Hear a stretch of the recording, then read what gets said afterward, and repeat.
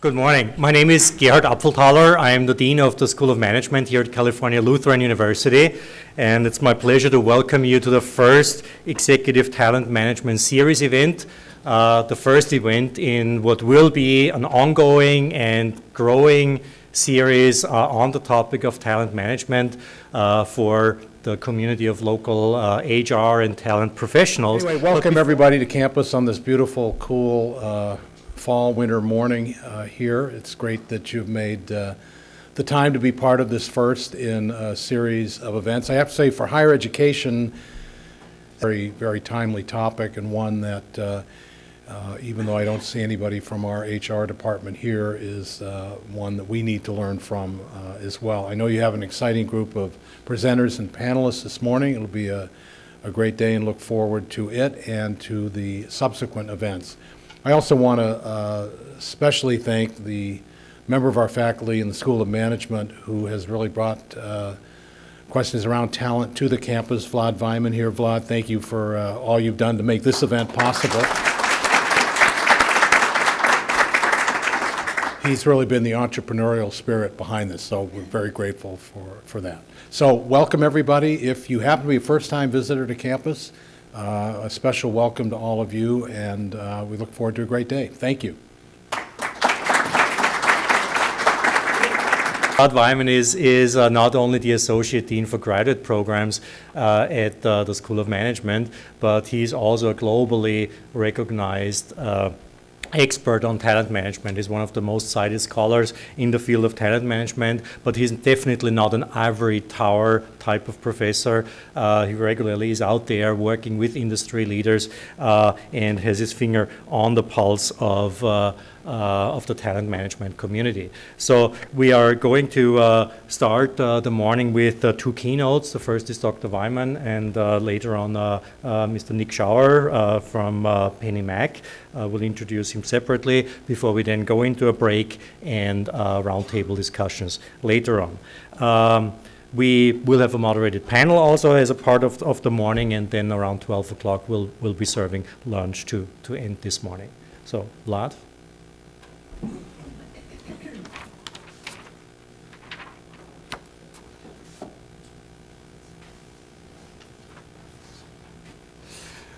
Good morning. Before I speak, I would like to introduce to you our panelists for today. They don't have to come to their table right now just yet. I would love for them to introduce themselves and maybe talk about their experience with millennials and some of the questions that they would like to have explored today. So I'm very pleased to introduce to you our panelists. Kim Congdon from Fullscreen.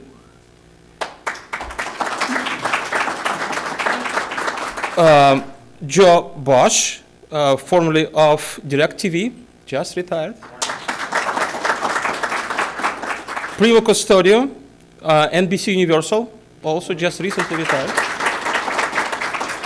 And Kety Duron, Chief HR and Diversity Officer at the City of Hope. I'm currently the Chief People Officer at Fullscreen Media, and I've been there for about 7 months. It is an amazing company, super fast growth, super fast pace. It's been around, in January it'll be 5 years. We have about 900 employees, and it's just really a whole different world, 90% millennials.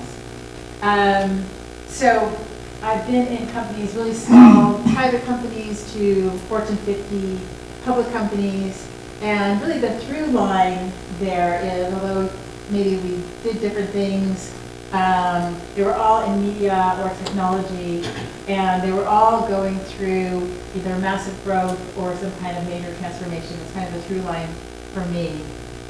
So most recently, prior to being with Fullscreen, I was kind of at the other end of entertainment. I was working for the Academy of Motion Picture Arts and Sciences, best known as the producer of the Oscars. So go from film and glamour and tradition and massive scale production to Fullscreen, which is scrappy and pumping out content quicker than we can blink, as well as focusing on an audience of 13 to 25 is the demographic. So really different in terms of what we're doing, but also really different in terms of the employee population. The employee population is about 20 years older at the Academy than at Fullscreen. So that has been an incredible change for me. Prior to that, probably the biggest millennial group that I worked with, I was working for Time Warner Cable for about 8 years. And because the population is such a large entry-level population, there were a number of millennials there. My group was about 10,000 employees. I had internal comm and community affairs, as well as human resources that range from Hawaii to Idaho. Prior to that, I was with Sony Pictures, and I kind of cut my teeth in a technology company, a fiber optic technology company that I joined when they were 50 people. They needed their first HR manager, and the company doubled in size almost every year. We took the company public about 7 years later, so that was really kind of a fun ride. But again, sort of that through life for me is I've had an opportunity to be involved in kind of a business strategy from the standpoint of creating and implementing integrated people strategies. So that's kind of what I've been doing. What I'm really excited to talk about in terms of when we have our tables and our panel is something that I think about a lot, is communication. So here we have people who, and specifically the millennials, terabytes of information they're going through every day, because not only are they having tremendous information that we're throwing at them, but they've got 5 to 10 social media properties that they're connected to all the time. So how on earth do you figure out how to get to them and make it effective? But at the same time, so my population is 90% millennial, it might be weighted differently depending on what company you're in. So at the same time, not alienating whether Gen Xers, baby boomers, or whatever. So what's that secret sauce? So that is something I'm definitely interested in talking about. The other thing that I'm interested in talking about is work lifestyle. The video talked about the lifestyle, and there's definitely differences. But are they playing or are they working? Sometimes it's hard to tell. But is it super productive or is it not? Sometimes it's hard to tell. But in any case, the energy and the enthusiasm has a great place in the workplace, and it's harnessing that and sort of taking that environment that creates a great space for them to thrive. So those are the kinds of things that I'm interested in. And who's next? Joe. Joe.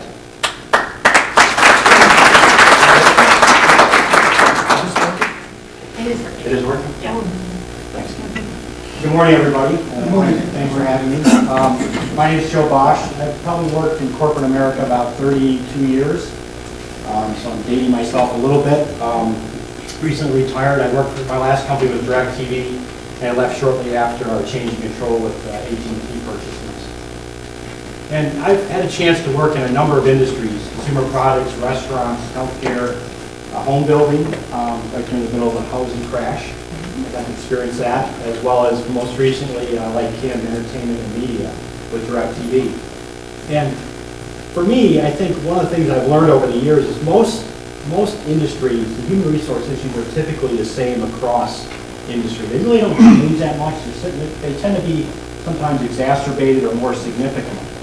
But one thing we experienced at DirectTV most recently is this working cross generations. And even though I grew up as kind of a baby boomer and we had Gen X, there was a certain amount of friction between different generations. I think this millennial generation and the size of the population has really put a huge stress on most companies' human capital systems, a huge stress on their cultures. And at DirectTV, we had a relatively young workforce. 50% of our workforce was under the age of 32. And like Kim, a lot of them were technically oriented, so it was a very fluid young workforce. And when we talk more on the panel, I think one of the things I learned is you can tackle this problem, you can solve this and actually make it a winning culture for your organization. And I'm pretty proud of DirectTV. We significantly changed our position in the marketplace in terms of being an attractive employer, as well as able to retain this population at the same rates as our general population. And we did that by some very specific tactics around changing our human capital systems, as well as really focusing on culture in a different way. One thing I would say, just to add, I thought the video was very funny, but I think that's at the core of the issue. One of the things that we learned is that through education and awareness, and I'm not a huge training fan, to declare that, but this is one of the places where I found training investment paid off. We trained both our supervisors and our millennial population about kind of how they were perceived by each other, and it did wonders to break down barriers. And even for the millennial population, we helped them understand how they were perceived. And they still had the choice if they wanted to be perceived that way. But at least they understood there was a consequence in certain cultures by certain behaviors. And they had a major breakthrough for it. So we'll talk more about that. But I think this is an important topic, especially if your organization gets good at this with this generation, because I think the next generation right behind this, people are calling it Generation Z, or is going to be even different, more different. So I think you ought to get good at this now, because I think it's going to be a competitive advantage if you can tackle it. So we'll talk more. Thank you.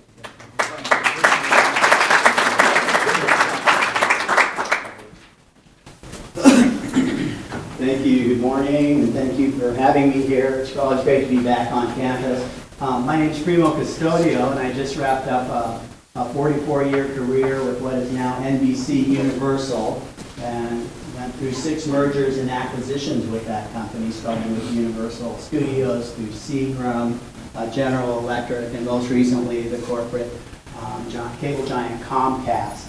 So my background in human resources I've been involved in labor relations, talent management, compensation, all various facets of the human resources profession. It's very interesting to be here today to talk about millennials, because NBC Universal, we have a huge population of millennials. And one of the first things that came to mind when this started on the horizon, looked out and saw this new generation coming up is, well, what are we going to do about this? Do we know who they are? What are the work habits and talent? So NBC, our corporate offices in New York, had a huge focus on bringing consultants in to sit us down and look at our culture and align that to the wants and needs and preferences of millennials.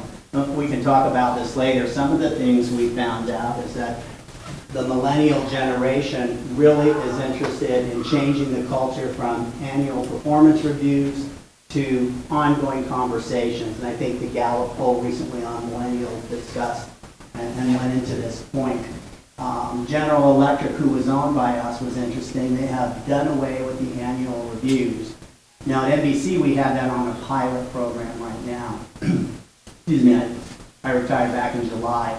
We have a pilot program, no annual reviews for a couple of our divisions, but ongoing conversations and making sure our executives knew how to write a really good, concise, comprehensive evaluation of the performance during the year. And we were looking at borrowing one of the techniques from General Electric from the managers. What they have are apps, so I can give Paul or someone here real-time feedback on their performance, which goes into the database, and at the end of the year, I can sit down and look at it as the employee or the supervisor and have an assessment. So that was one of the cultural changes we had to make. And the other one, we'll talk a little bit more about this, was weakness. You really can't turn your weakness into a strength, but you can certainly help improve it. So the focus was on strength, not the weaknesses. What can we do to help them? And then, of course, the whole from, paycheck focus generations to purpose. What is my purpose in the organization, the job that I have? And that's all based on mission and vision. I actually had someone in an interview tell me, a millennial tell me, that they couldn't work for the company because we did not contribute to social organizations. I have a contributing match from the corporate. opposites. And I was just shocked, but I suddenly realized that that was a very important value to this individual. And the more I talked about this within the HR community, the more I heard these kind of responses that I can't work for an organization that won't match me on my contributions to those causes I feel are very important. So that's a little bit about me. I look forward to talking about it. Thank you. Good morning, everyone. I'm Kety Duron. I'm the Chief Human Resources and Diversity Officer at City of Hope. I've been at City of Hope for 5 months, but I've been in healthcare human resources for 30 years. I started my career back at UCLA Health System when it was a small medical center, stayed there for about 27 years, and then moved up to Stanford Healthcare and just came down to City of Hope, which is a great place to work, just loving being there. My first experience with the millennials, I have to say, I was one of those very driven directors in human resources back at UCLA. We brought in the administrative fellows, the young MBAs that had just graduated, and we aligned them with us to learn our business. And I remember one night, as the night was getting actually later and later, we're working on a project with this young millennial, and I finally said, I have to go pick up my son. So Laura, that was her name, said, don't worry, I'll take care of it. As I was driving away, I was thinking, what did I just do? I left this person who has no experience, no idea on how to do the work, taking care of my project. Yet by the next day, Laura had finished the project. So what I learned about the millennials back then, I think it was about 8 years ago, was that giving them independence will really let them thrive.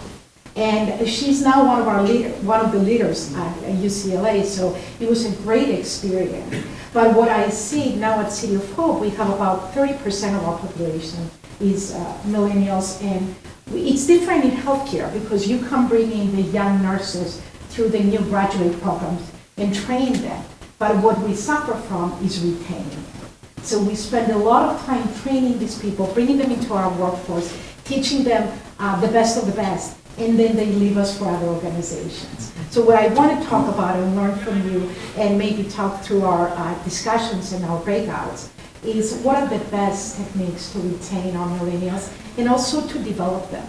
I remember 30 years ago when I started at UCLA, aligning with a mentor was really important to me. I didn't even know what human resources was, but through the Vice President of Human Resources, I ended up having a career there. So aligning with a mentor, I think, is something we want to talk about. And retaining and developing our millennials is really what I want to share with you. The other thing I want to share is, Gerhard, thank you so much for the video. I am a mother of one of those art majors that could have been part of the videos and will probably be part of that GoFundMe. So, what I'm going to do today is to set a scene, not make a scene, but set a scene for talent management in general. We need to agree on our lingo. We need to agree on definitions before we proceed forward with our work on talent management.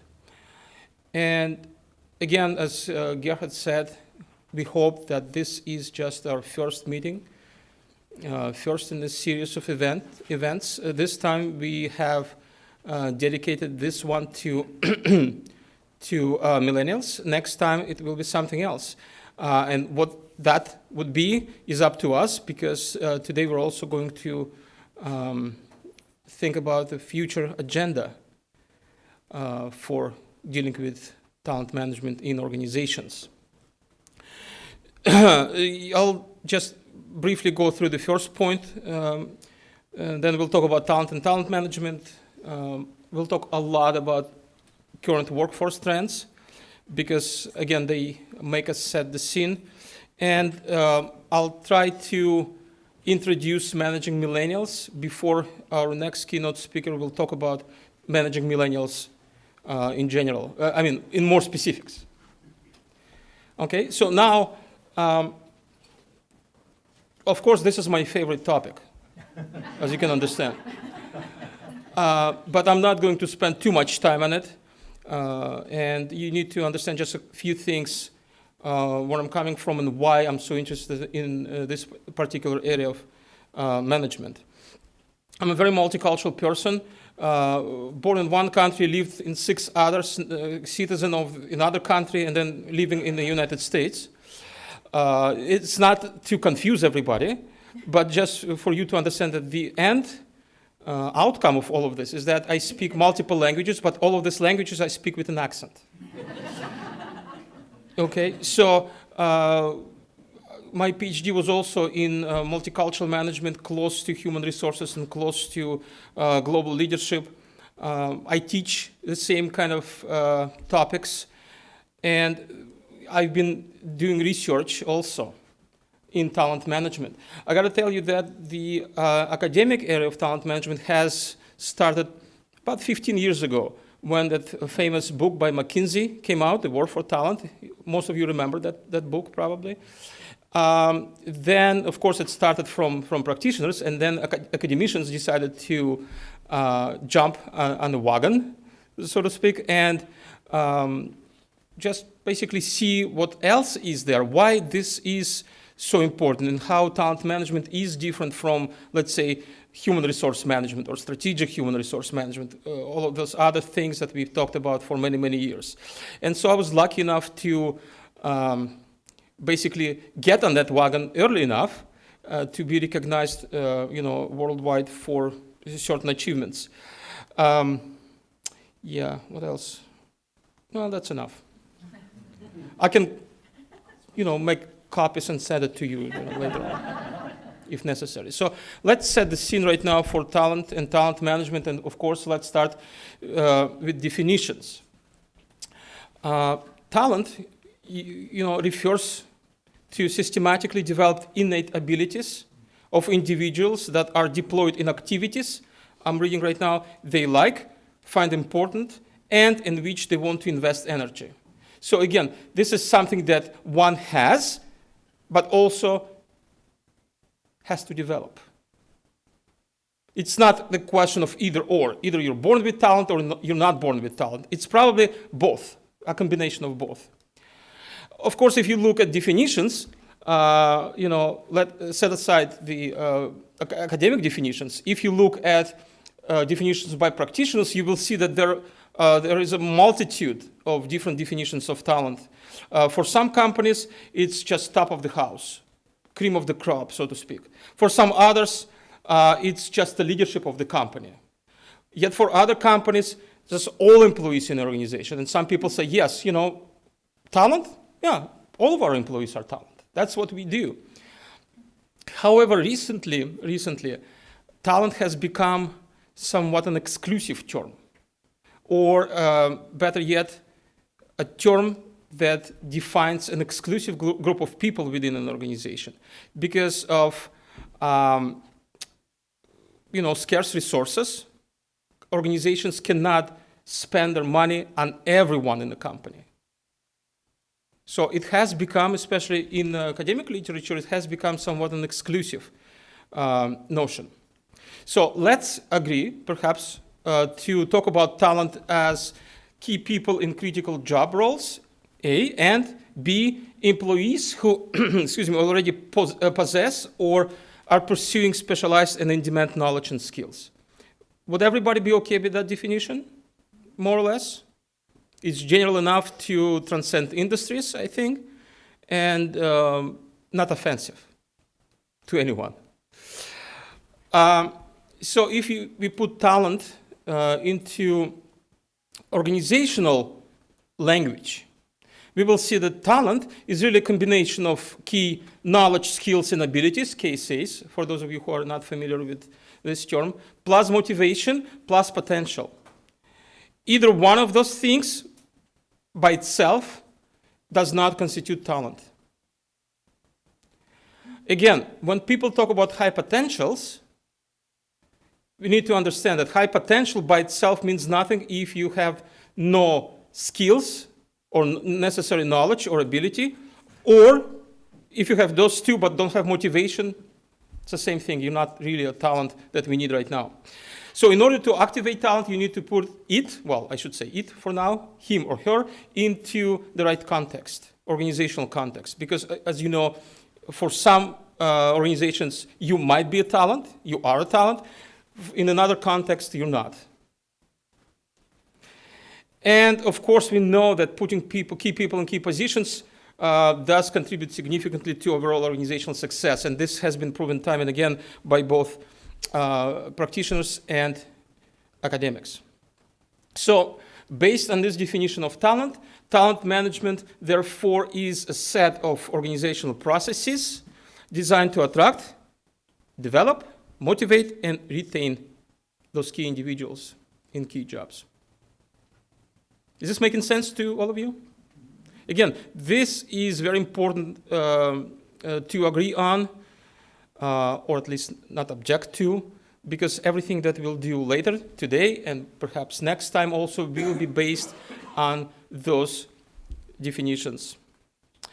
Now, the best talent management strategies should be very business-oriented. It's not just about, charity, as I say. It's not about, oh, we need all the best people. No, it has to be very business-oriented. Why? Because your talent strategies and techniques should really be answering those critical questions. A, which roles drive greatest value in our organization, and do we know where we stand in terms of what we have? A. B, are we allocating limited organizational resources for highest impact? And C, how can we stay ahead of the competition while still reducing headcount? So those three key questions need to be answered by every business that is thinking of implementing meaningful talent management strategy. Well, let's look at some statistics. This is worldwide statistics. 60 countries, 1,250 companies were asked. And one of the questions was this: how have talent challenges impacted your company's growth and profitability? People, respondents, from 60 countries and 1,250 companies said that our talent-related expenses rose more than expected. A. B, we were unable to innovate effectively because we didn't have enough talent or talent of right caliber. We were unable to pursue market opportunity. We canceled or delayed key strategic initiatives, and we could not achieve desired growth. So that's how important talent management is. And I know that I'm preaching to the converted already, but again, we need to set the scene for our further conversation. Let's talk about current workforce trends, because they will help us understand better why, again, talent management is important and what's, what we have to expect. 4 major trends: aging, increasing diversity, significant skill deficiencies, and changing attitudes. Let's go through them one at a time. In terms of aging workforce, fastest growing segment right now, workers aged between 45 and 64 years of age. In 2015, so last year, workers aged 40 and above have exceeded the number of those below 40 for the first time ever. And not only in the United States, also in Canada and everywhere in the West. Organizations begin, of course, struggling with ways to control costs, and we'll have to obviously find new ways, and do have to, not will, but do have to find new ways to attract, retain, and prepare the youth labor force, since the labor force is rapidly aging. Some numbers for the United States, ladies and gentlemen: teenage workforce is 33% smaller than in 2001, while the number of workers 55 years of age and older increased by 40%. 55 plus employees make up 25% of the workforce in 210 occupations. 2 years ago, only 86 such occupations were reported. And if you look across all professions, the aging workforce is felt there. Perhaps not in Kim's company that much, but in general. So this is in regards to aging workforce. Diversity. First of all, Gender diversity. 49% of jobs were held by women in 2014, as opposed to 48% in 2001. So in 15 years you see, or 13 years you see an increase, although an incremental increase, but still it's I think, good news.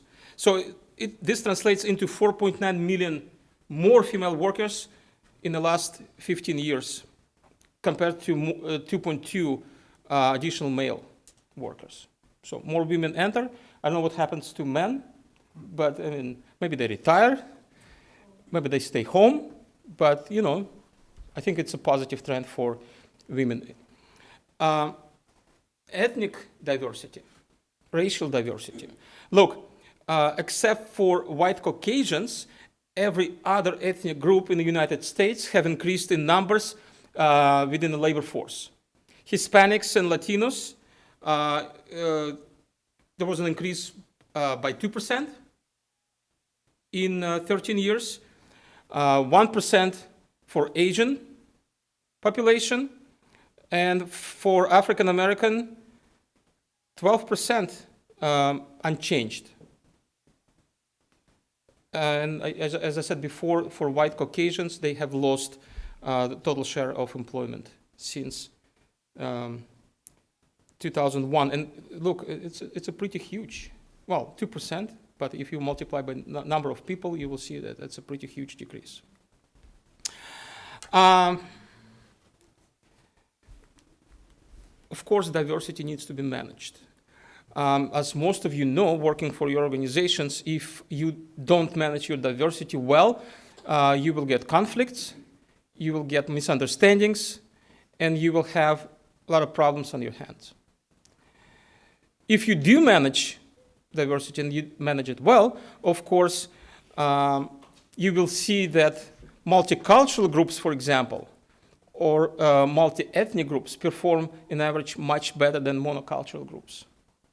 Again, this has been proven time and again throughout the years. So you need to manage and manage it well. Next one is probably more critical than anything else. Workforce skill deficiencies. That's a third trend. Obviously, leaps and bounds in information technology have shifted kinds of skills required of employees in the global economy. Excuse me. Most organizations right now are looking for more educational achievements, those that are beyond basic bachelor's degree, of course. Bachelor's degree today is like high school yesterday. And sometimes people talk about MBA and one additional specialized master's as something that they're wishing to have in their labor force. And you see that the gap between skills needed by companies, right, and skills that labor force possess appears real. Again, there might be a problem here, and we might talk about it today or next time. Perhaps employers have heightened expectations of their employees. Maybe they don't need as much education as they want their employees to have. Maybe. But the gap is growing, actually. It's not closing, it's growing. Some statistics again, 48% of respondents cite finding qualified talent to staff skilled positions as their biggest concern. Most, I'm sorry, I'm not used to standing up and lecturing. That's why I always want to move somewhere, like run around. But it's okay. STEM subjects, of course, qualification STEM subjects seems to be the biggest concern for most companies. And by STEM, of course, for those of you who don't know, we mean sciences, technology, engineering, and math.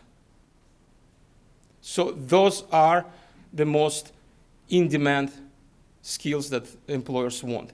33% of employees feel their job skills are not up to date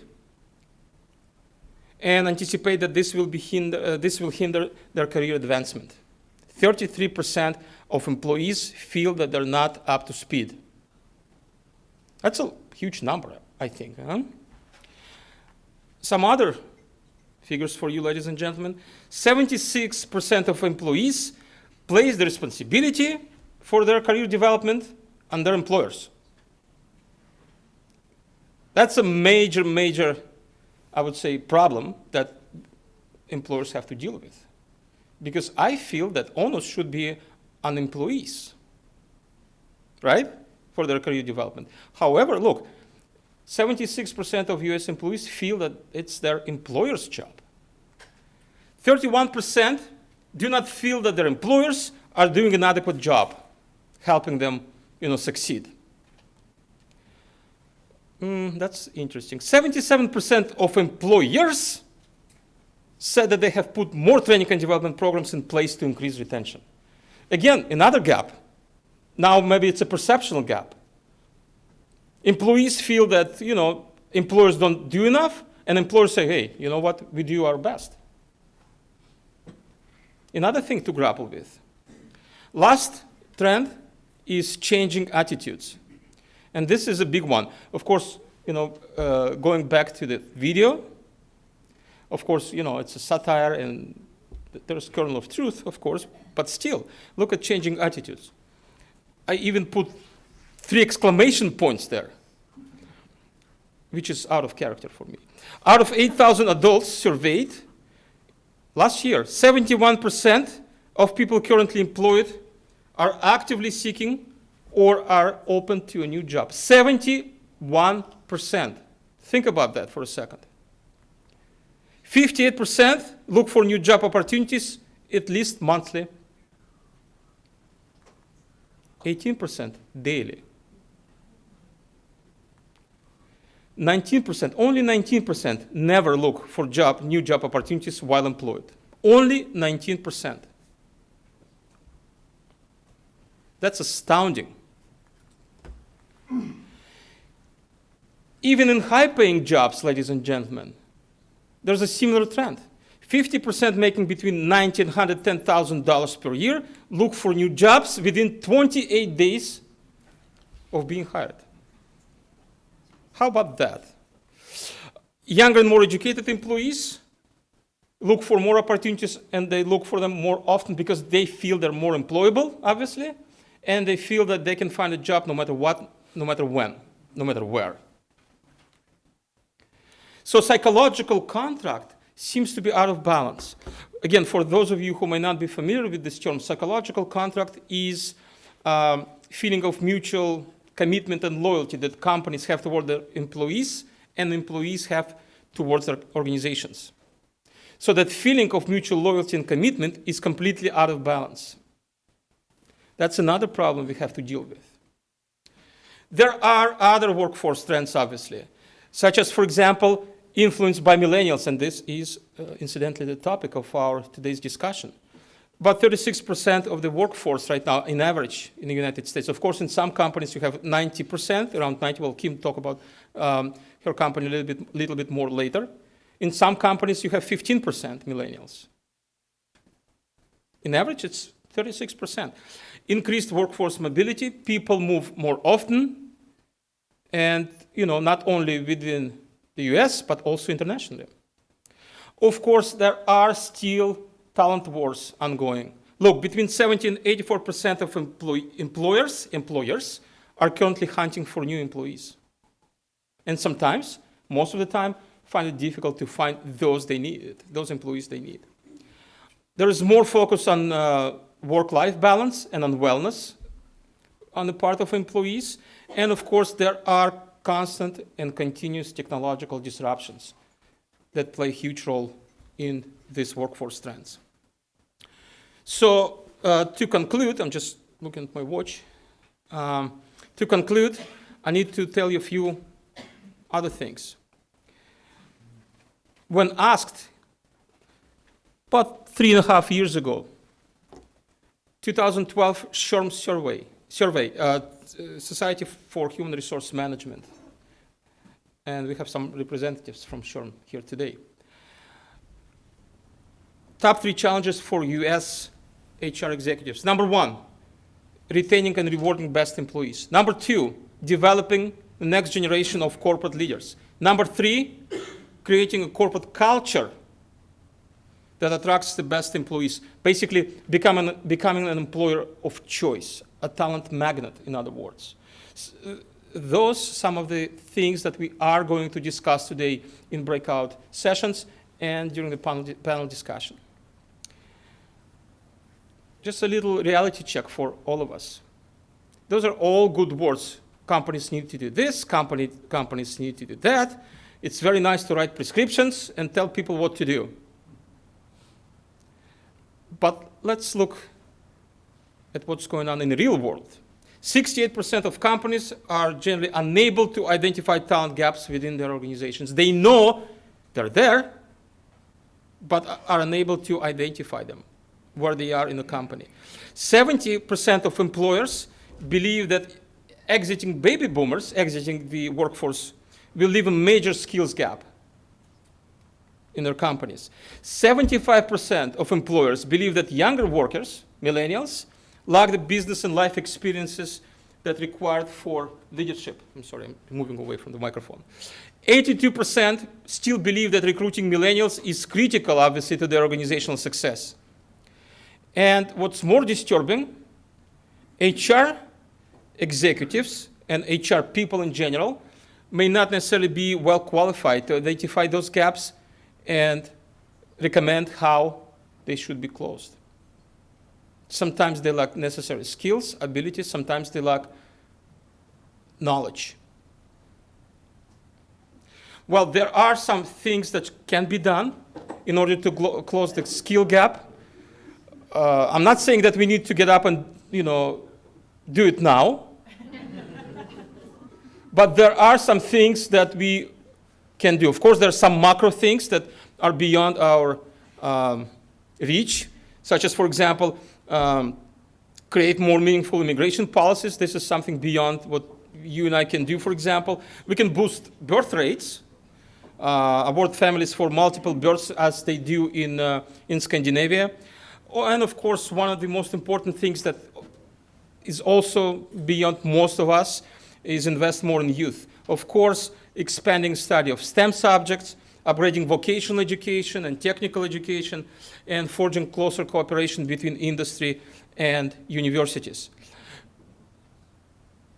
Micro trends, such as what companies can do, can include something like making work more meaningful, design work that's interesting and challenging. You are all familiar with those things that need to be done. Help people feel important, valued, train leaders and managers to be supportive, provide authentic recognition, and make sure for your strategies that they focus on growth and development, create a good environment, many, many other things that we need to do. However, again, those are nice prescriptions. Today, we'll talk about implementation more than prescriptions. This is what companies can do, and this is what companies, I feel, must do.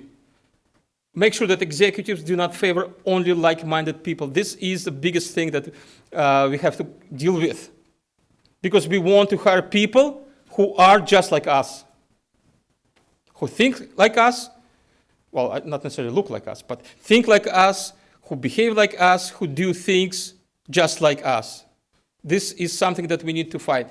Never reward compliance. Another problem that I've noticed in some companies, employers rewarding compliance. Compliance is something that is, you're being paid for. Always reward creativity. Never ignore importance of context. Put people in the right context where they can thrive. That's a very important point of what we need to do. And finally, what can HR managers do? Take on a new role as designers and stewards of talent management efforts. Even though I understand that in most companies, talent management is a prerogative of top leadership, HR people have a huge role to play. If they still don't, or not playing, they should start playing that important role. Simplify HR processes. And, Primo's example was excellent. Yeah? An app for immediate feedback. I think it's just brilliant. helping employees manage the flood of information, helping building or rebuilding a culture of trust, collaboration, empowerment, and motivation. And of course, we'll talk about millennials a little bit more right now after my brief talk. But in general recommendations for creating best place to work for millennials are the following prescriptions. Let your employees be themselves. Tell them what is really going on, so be transparent, discover and magnify their strengths, make them proud of working for your company, make their work meaningful, don't hinder them with unnecessary rules, flexible work policies, do away with annual performance reviews, help them navigate corporate environment, etc., etc., etc. I think this is the last slide. 38% of millennials mentioned that visibility and buy-in to the mission and vision of the organization as something extremely important for them. And 26% cite work-life balance as something extremely important to them. But nearly all of them, more than 90%, emphasize flexibility in work hours and social component of the workplace. Being in a nice atmosphere with nice colleagues and good friends. So, we'll reserve questions for the second part of our event. But now, ladies and gentlemen, something very exciting. I would like to introduce to you Mr. Nick Shauer of PennyMac, who will give us his take on millennial talent management and many other things, I guess. Thank you very much. Thank you. Thank you very much.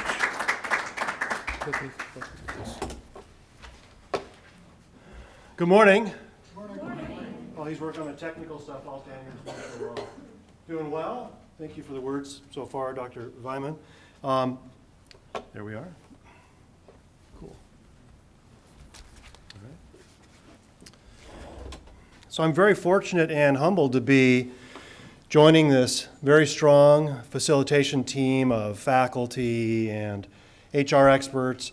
I know many of them could come up here and present information as more strongly than even I can do it today, so I really admire the opportunity to be able to speak with you and in front of you today. I appreciate the School of Management, and especially Dr. Vaiman, for inviting me to join you here today. That's a very, very attractive thing for me to be able to up here and chat with you. I also appreciate that you're going to engage with me over the next 40 or so minutes as we explore the best solutions for all of us to improve our management of talent, particularly considering the millennial generation.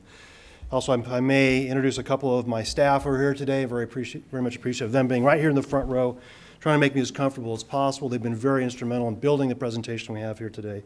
So Tamara Haskins, who's our VP of Diversity and Inclusion here. Tamara, raise your hand, go like this, yeah. And Candace Shehorn, who's our first vice president. We're a financial institution. We have all kinds of vice presidents all over the place. First vice president of talent development, actually training and development, sorry, as well as corporate communications. So, Candace. So I plan to rapidly go through the first two topics on this slide here today, and then dive into the meat of the presentation, which I think will do a good job of combining and tying together the information that was provided by the four panelists today, as well as by the various speakers from the school.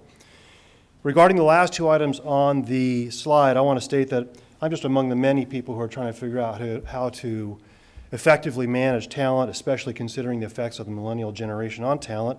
So I'm like all of you here, trying to get better and better at that.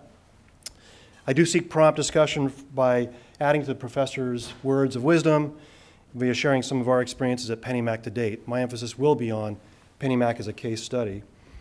While I'm up here, though, I would appreciate if you have any questions, complaints, points of agreement, points of disagreement, simple thoughts, please shout it out, raise your hand, stand up, whatever you want. I'd love to have this be as interactive as it possibly can be. So my name is Nick Shauer, and I was basically this guy back in high school. And this is the most sophisticated communication tool I used back then. Anybody can relate to that? Yeah. So I was looking around earlier thinking, how many millennials do we have in the room? And although some of you would feel better if I called you millennials, I don't think we have a lot of millennials in this room right now. So many of us will remember these good old phones. In fact, I think, is that a push-button phone or a rotary phone? I'm not sure. Is that a rotary phone? Okay. So it's way back in the day, right? You know who that is? Spicoli, thank you very much. Right. So if you didn't know who that was, you need to go see this movie, all right? Fast Times at Ridgemont High. So anyway, when I was that age back in high school, I think I was pretty much perceived as some out-of-control kid. My hair was down to here. The generation before me thought I was out of control, and that was the traditionalist generation. And I'm sure they did not understand me. So how did I go from that guy to this guy with some kind of a professional-looking profile on the internet? My parents wondered about our generation. Look, they were wondering about all the pot that was running around, the peace signs, rock and roll. But in the grand scheme, I think the values between me and the other generations were similar, or my generation and the others, very similar, mostly the same. The communication processes we used were almost the same, but other externally driven societal perceptions and behaviors were changing. Still, the desire to learn, grow, and be an integral part of society remained unchanged between the generations. Is that the same for millennials? A key element of an HR leader's job, and certainly my job, is to answer the question, what is our organization's employment brand? When our answer is strong, healthy, and engaging, we maximize our top and bottom line opportunities. Let's talk a little bit about the company where I work. It's called PennyMac. PennyMac was born out of the ashes of the mortgage crisis in 2008 as a different kind of mortgage company. What do? We are truly a mortgage bank with about 5 different ways that we make money. Among them, we have a monthly run rate of about $650 million in loans that we originate to the end consumer or buyer of a home or refinancer of a home. That's you. We also buy about $7 billion worth of loans every month right after they're originated by community banks, mortgage sales organizations, and credit unions, and the first payment then comes to us. And then we buy large portfolios of loans from big banks like Chase, Bank of America, up to as much as $14 and $15 billion at a time. We have a very significant securities business where we hedge interest rate risk, produce and sell mortgage-backed securities, execute large transactions with Fannie, Freddie, and Ginnie. So I should probably reserve advertising, but I can't help myself about the company. And I don't work in investor relations, but if I saw a stock that IPO'd about 3.5 years ago at 18 bucks, and then I saw today it was about $16.75, well, its book value had gone up by 79% over that time, and its earnings per share looked like it was about 3 times now what it was when it IPO'd. And I noticed that today the stock market went over 19,000 for the first time and set a new record, which means people have cash in their pockets. They should be investing in our stock. I'm just saying, if you have some extra cash, help us out a little bit here. The company's performance should be an attractive employment and career proposition for millennials. When you add to the stats I just mentioned that our top line has grown by over 300% in those years, and profits similarly. That's a 3.5-year span, or 4.5-year span rather. And we leverage our best-in-class emphasis and investment in developing and successfully deploying technologies to support our operations and customers. Sounds like a nice proposition for millennials to me. Today, we have a large and growing servicing portfolio of over 900,000 loans and customer relationships. The company has been gobbling up market share throughout its young history. I thought gobbling up was very appropriate for this week, right? Gobble, gobble. Everyone's having turkey in a couple of days. 8 years after its founding, and for the first 9 months of 2016, PennyMac was the 5th largest U.S. originator. Pretty fast growth. The large shift toward non-banks within the mortgage space includes a client focus on obtaining a mortgage in an environment less dependent on face-to-face interaction, meeting growing customer needs, especially millennials who really want to do transactions in a non-retail environment. They want to do it online, right?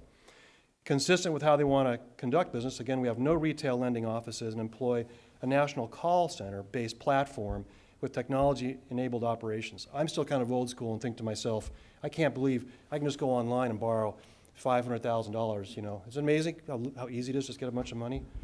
No wonder we had a mortgage crisis, right?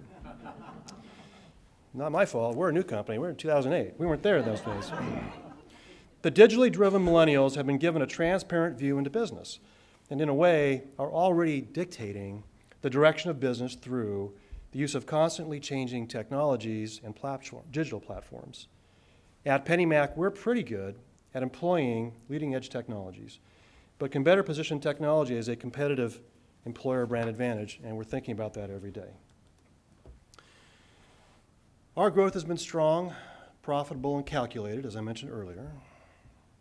There were about 450 people working at PennyMac when I joined the company a little over 4.5 years ago.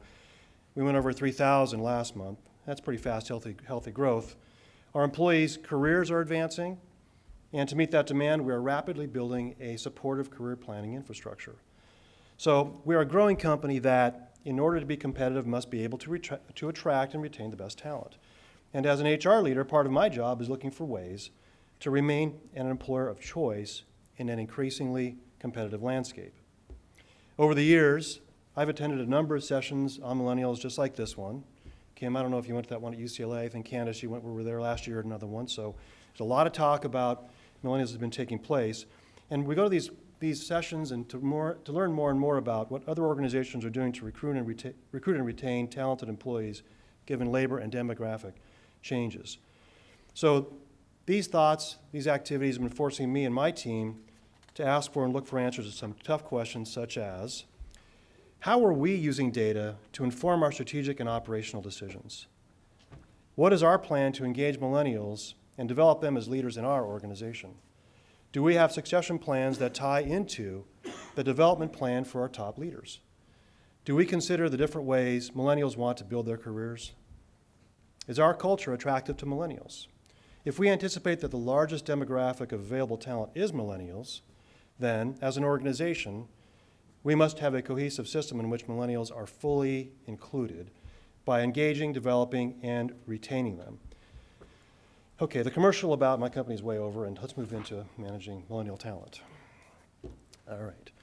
A lot of our attention today will be focused on our experience with millennials. I'd like to start by sharing that we have a balanced approach related to all employees at PennyMac.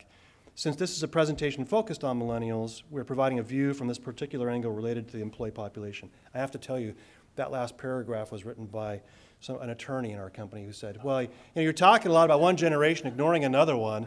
Maybe you ought to be, so that's our disclaimer right there. Financial services is an older industry, and we are a young company. PennyMac has a younger workforce than other millennials in our industry and is ahead of the curve on hiring and employing millennials. We have a higher rate of millennials in our workforce, as the chart shows, than our industry and the overall U.S. labor market. The upside opportunity is for us to take advantage of the ideas and experiences of this generation. Millennials bring great expertise in many ways, especially related to their fluency with technology.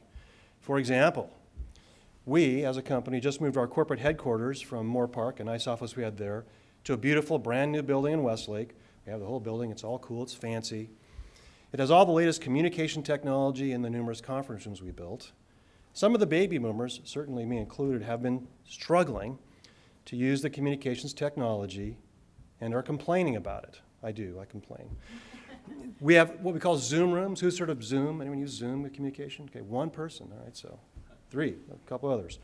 Well, so we have Zoom rooms that focus on the use of this technology and all kinds of other cool, what I consider to be non-intuitive technology. It's the millennials who are walking around holding our hands, developing training programs, showing us how to use this technology, and counseling people like me on our frustrations. They're taking good care of us, those younger folks. As part of our organizational analysis, it's important for us to understand some of the influences related to millennials and their decision making. Millennials have grown up in a time of rapid change, giving them a set of priorities and expectations sharply different from previous generations. They are shaped by a child-focused world. They grew up more sheltered than any other generation as parents strived to protect them from the evils of the world. I did that. For example, school shootings, terrorist attacks, 9/11. Millennials came of age in a period of economic expansion, the Great Recession, then expansion again, with their parents being laid off, right? There was a dot-com era, then the Great Recession. I'm not sure what we want to define this current economic growth, but it's been quite sustained. and then people got laid off here and there. They were kept very busy as kids, the first generation of kids who had schedules. So I think it's a cute story. When my daughter was 4, she came to my wife and I and said, "Hey, can you get me one of those Franklin daily planners?" Remember those, right? This is before you could do it online. My little 4-year-old, or maybe she was 3. Honestly, I made this part up. I don't remember if she was 3 or 4. The rest of it's true. So we get her this daily planner thinking she's going to just kind of scribble all over it. She starts writing in, "Hey, when is the next appointment I have?" I don't know. Do you want to watch TV at 4 o'clock? TV at 4 o'clock. She starts creating appointments in the daily planner. I don't know. It's kind of unusual, but now she's at UCLA Law School. She graduates in a few months, already has her job set up for the big law firm. Now, she turned out okay. I was really worried for a while. But they were kept busy as kids, and that's how my daughter perceived it all. I got to keep busy. I got to do this and that at age 3 or 4. Anyway, the millennials have constant engagement with digital media. They hope to be the next generation and turn around all the wrong they see in the world today. This has given them a different set of behaviors and experiences than their parents. Let's start with acknowledging who created the millennials. If you have a millennial, it's your fault, right? It's my fault, it's your fault. Can't blame anybody else. Just got to learn to work with them, right? So I believe the millennials mostly have the same values and professional dreams as prior generations, and thus it's up to the organization, leaders and managers, to adapt and transform to understand the needs of this segment of our labor market and adjust people management practices accordingly. Here's some data we have showing a trend at PennyMac where there's a tipping point that's identified around May of 2015, not too long ago, with our company, where millennials, as a percentage of all employees, increase, while baby boomers and Gen X begin to decrease. So this is a tipping point in terms of actually seeing much greater influence of that generation on our organization. Can you all see in the back, can you read that, where it says baby boomers, Gen X, and millennials? You can read that? Okay. You always worry about that kind of stuff when you build these slides, right?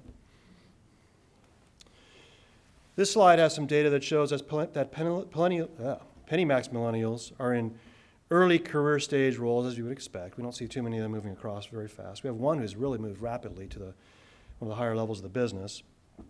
But generally they're not, and you would expect to see that. One of our goals is to understand how well prepared we are to meet the developing and engaging needs of the next generation. The fact is there are more millennials than baby boomers in our workforce, and they soon will be in leadership positions. Yet it has become to us very clear that it was time for us to stop talking about millennials as a management topic and start focusing actually on engaging and developing their leadership skills. As we experience the natural shift, cycling through the generations, we at PennyMac want to retain our high-performing talent and ensure that we are preparing our millennials to stay and grow with us via an attractive career offering relative to the overall labor market. Last year, we began to invest in career development for all employees by adding staff to our HR team to focus on early career stage staff, including millennials, who are working on how to better address this further throughout the organization. So the best time to start improving your engagement and development of your millennial leaders is 5 years ago. But the second best time is now. It's never too late. Wherever you are as an organization, it's not too late to use qualitative and quantitative data to assess and determine how to focus your people resources and get to where you want to be. For us, our data tells us that we are already at a stage where it's time to move beyond just managing millennials and focus on developing the leadership skills of those millennials. In PennyMac's case, whether intentional or not, we already have millennials moving through our career progression pipeline. We couldn't help ourselves.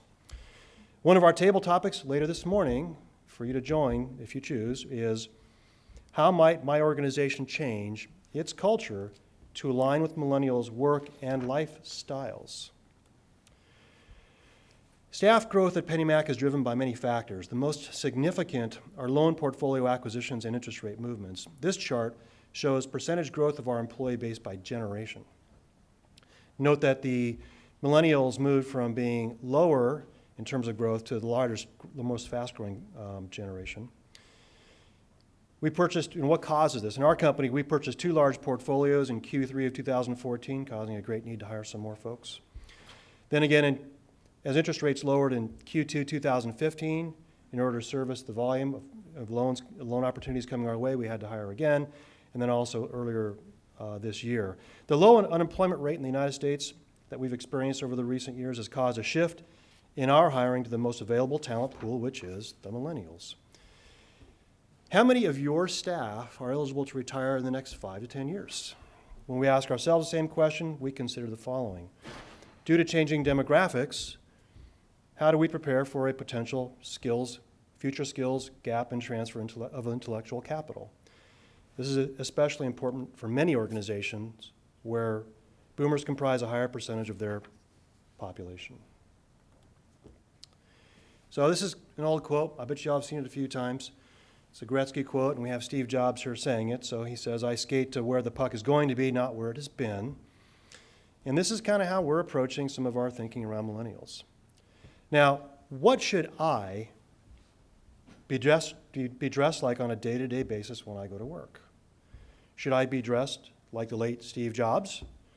I imagine that Steve Jobs wore this when he presented at a shareholders meeting. I couldn't do that at one of our shareholders meetings. That wouldn't fly.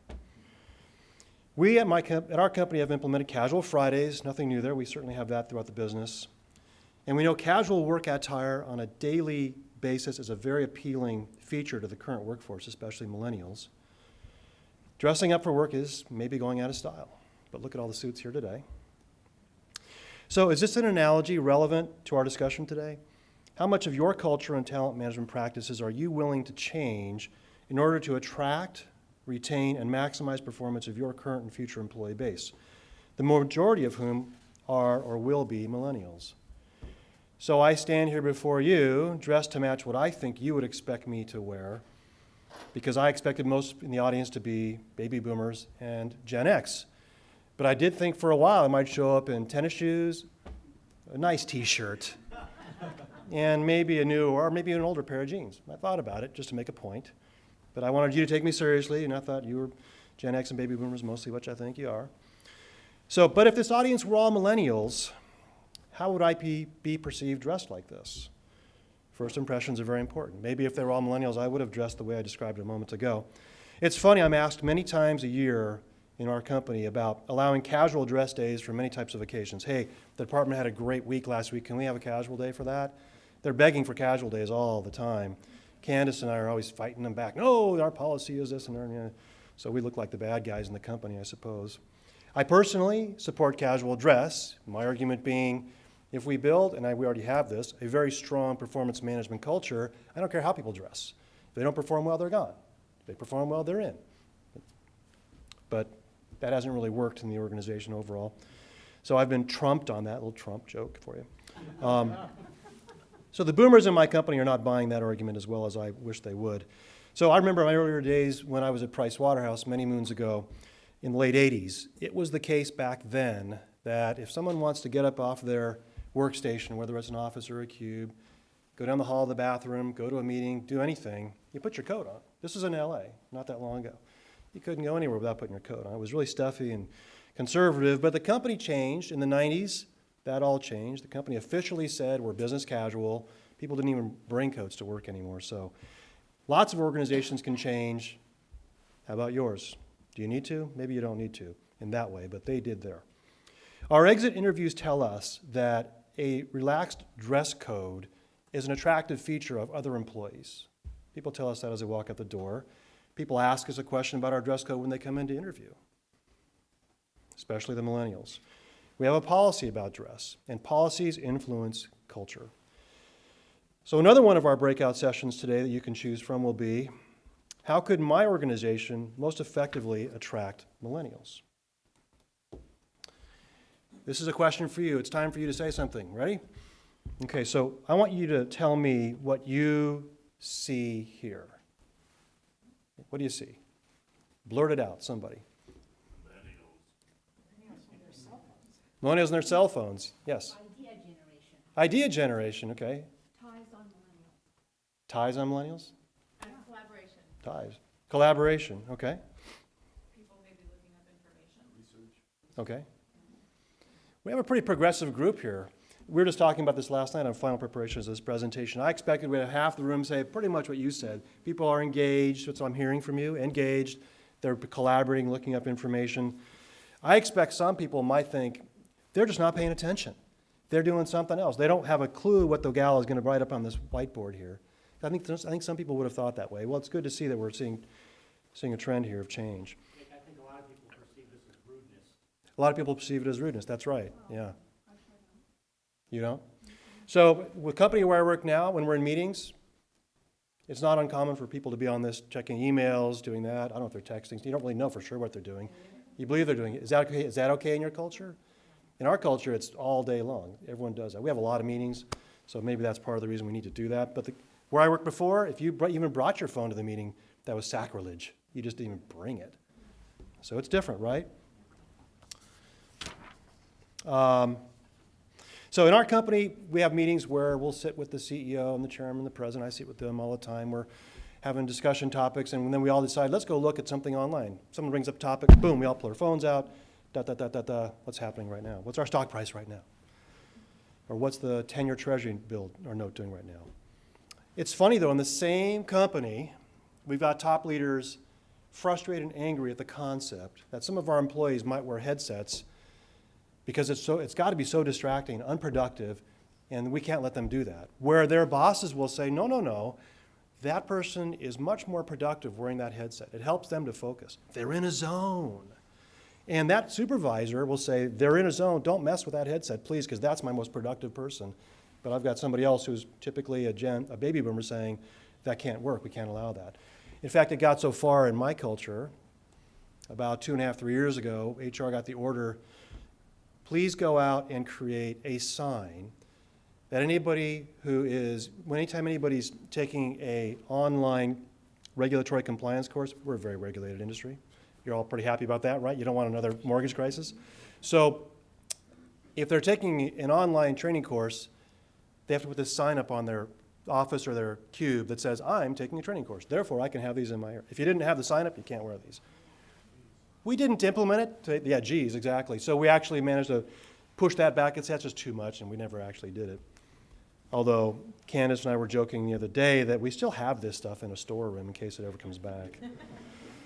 I hope we never use that stuff. It was going to be very toxic, I think, to our culture. So highly engaged employees think, feel, and act in ways that reflect greater levels of commitment to the company. They contribute the full extent of their knowledge, skills, and abilities to help us succeed and encourage others to do so as well. They identify with our values, mission, products, and establish a real connection to the work they do, along with a sense of pride in doing it well. That's how we feel about engagement at our company. So let's talk a little bit about that. In the bottom of some of the slides, we moved to the top of slides. You changed that on me, okay. So on the top of the slides, you'll see an E, a D, or an R at times. So that's referring to, in this case, engagement. Later on it'll be development, and later we'll be talking about retention. So PennyMac conducted its first engagement survey in summer of 2015, and we'll be doing this every other year. In 2015, our millennials and Gen X were more engaged than boomers, and overall than the norm of accumulated results from our vendor, which we were not happy to see. And it was kind of a wake-up call to us, right? So I'm being very open and honest about how we did. So walk with me on this one. The vendor had over 1 million participants in their database, and again, we didn't do as well as the norm. So it's a good wake-up call for us, and we'll talk more about a lot about how we've reacted to that. Look, millennials should have been more engaged, as typically most engagement surveys would show. Typically, an engagement survey would say earlier stage career workers are more excited about where they're coming to work. So we have a lot of work to do at our company. It seems to me that millennials come to a company with great enthusiasm, energy, and expectations for career fulfillment, engagement, and satisfaction. So they are ours to harvest into happy, engaged staff and leaders for many years to come. And then it can only be our poor efforts that lead to poorly engaged staff. And look, they came to PennyMac excited for their career, excited to grow, and it didn't work out as well as we'd like for some of them. Our survey has 44 questions in it, and the 4 key questions in the survey related to engagement are, I am proud to work for PennyMac. I have confidence in the future of this company. I would recommend PennyMac as a place to work. Considering everything, how would you rate your overall satisfaction in PennyMac at this time? So we were able to group the results of our engagement survey into 3 areas of focus to help us better understand our millennials. We see in the high-performing category, PennyMac is doing well engaging millennials in the immediate manager and performance enablement dimensions. Management's response to this is that although the data shows high performance, we want to ensure that we remain very strong with continued effort to reinforce these areas. The growth areas are those dimensions that require more strategizing and planning in order to improve our standing. These reflect recognition and reward systems and employee wellness. The areas of opportunity are areas in which PennyMac is behind, but not necessarily by a drastic amount. These areas can be quick wins with proper planning and execution for us. The key focus here is to improve our communication to employees from the top of the organization and mid-management, and also upward bound. So in a few minutes, we're going to talk about some of the communication tips that we have for the group here today. So in case we have any naysayers about the value of engagement, if you're wondering what that value of engagement is, Gallup is a leader in this space, and they conduct extensive research showing that engagement is strongly connected to business outcomes essential to an organization's financial success, including productivity, profitability, and customer satisfaction. I think Prima referred to Gallup earlier as well, did you not? Engaged employees are the ones who are the most likely to drive the innovation, growth, and revenue in their companies. These engaged workers build new products and services, generate new ideas, create new customers, and ultimately help spur the economy to create more good jobs. Business units in the top quartile of their research in employee engagement outperformed bottom quartile significantly in customer ratings, profitability, productivity, and financial performance. The best organizations Gallup studied deeply integrate employee engagement into these 4 areas on the chart you see. The key to managing the millennial workforce is supporting leaders to understand and engage millennials. In considering these 4 areas, we asked ourselves these questions. Do we at PennyMac provide a clear vision of our company's mission and growth strategy? How do we hold our managers accountable for their performance and engagement? Do we align every opportunity, touchpoint, and available communication channel to reinforce and recognize the organization's commitment to our employees? And are our development programs well-defined? Do they focus on the development of individuals and teams? A response to the engagement survey and questions such as this drove us to create a sophisticated culture committee structure where we have the top leaders in our organization all very involved, including them being assigned to be the chairs of 7 different working groups where they own the responsibility for that working group, and select certain people who are subject matter experts to help out in developing, well, first of all, analyzing where we have weakness in this focus area. Maybe it's compensation, maybe it's career planning, different areas, and then developing suggested solutions. So the HR team is very, of course, involved in all of these processes, and I participate on all those committees. So far, we've developed some really cool new programs. We've eliminated a couple of policies that were kind of toxic, or restructured things. So we've made some headway already, and I expect the next time we do our engagement survey next summer, we'll see some positive results from that committee's work. Let's move on to developing millennials at PennyMac. According to Gallup, 87% of millennials say career skills development is important in a job. Developing leaders internally has a great value proposition for employers as well, right? There's a mutual need. Some time ago at PennyMac, we realized we need to be able to grow talent internally instead of externally to fill our management and leadership positions. Around the time I came in the company, all of our management positions were being filled externally. That's no longer at all the case today. In doing so, we put a lot of thinking into how early-stage career employees most effectively learn and what they expect from their careers. We developed programs to address the importance of creating the next generation of leaders. One program is something we call Advanced Management Development Program. Candace built this program. Good job, Candace. That program addresses early career stage high performers who seem to have the DNA for long-term career growth. Then we put together another program called Excellence in Management. It's a 4-day course where we take folks who are early in their management careers or just becoming managers and teach them some basics about management and leadership.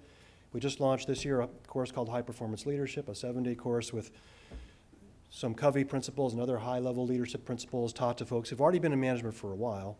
And we have another course being launched next year. So our millennials need to know that this career support program exists and that they have a chance to participate. Right now, I don't know if we've done a good job communicating that, so it's a takeaway for us. Millennials want to be mentored and are eager to share their knowledge. We don't do the mentorship thing very formally at PennyMac. We do have a strategic initiative for that next year. It does happen informally and naturally, of course.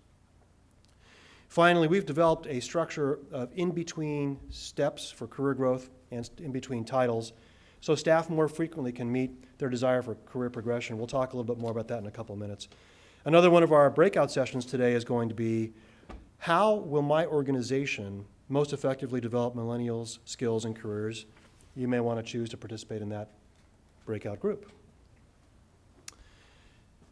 Let's talk a little bit about a very painful learning experience we had at PennyMac. So this was very disappointing for some of us on the HR team and the rest of the company, the way this particular program worked out, but I think it's appropriate to share it as a learning experience for all of us.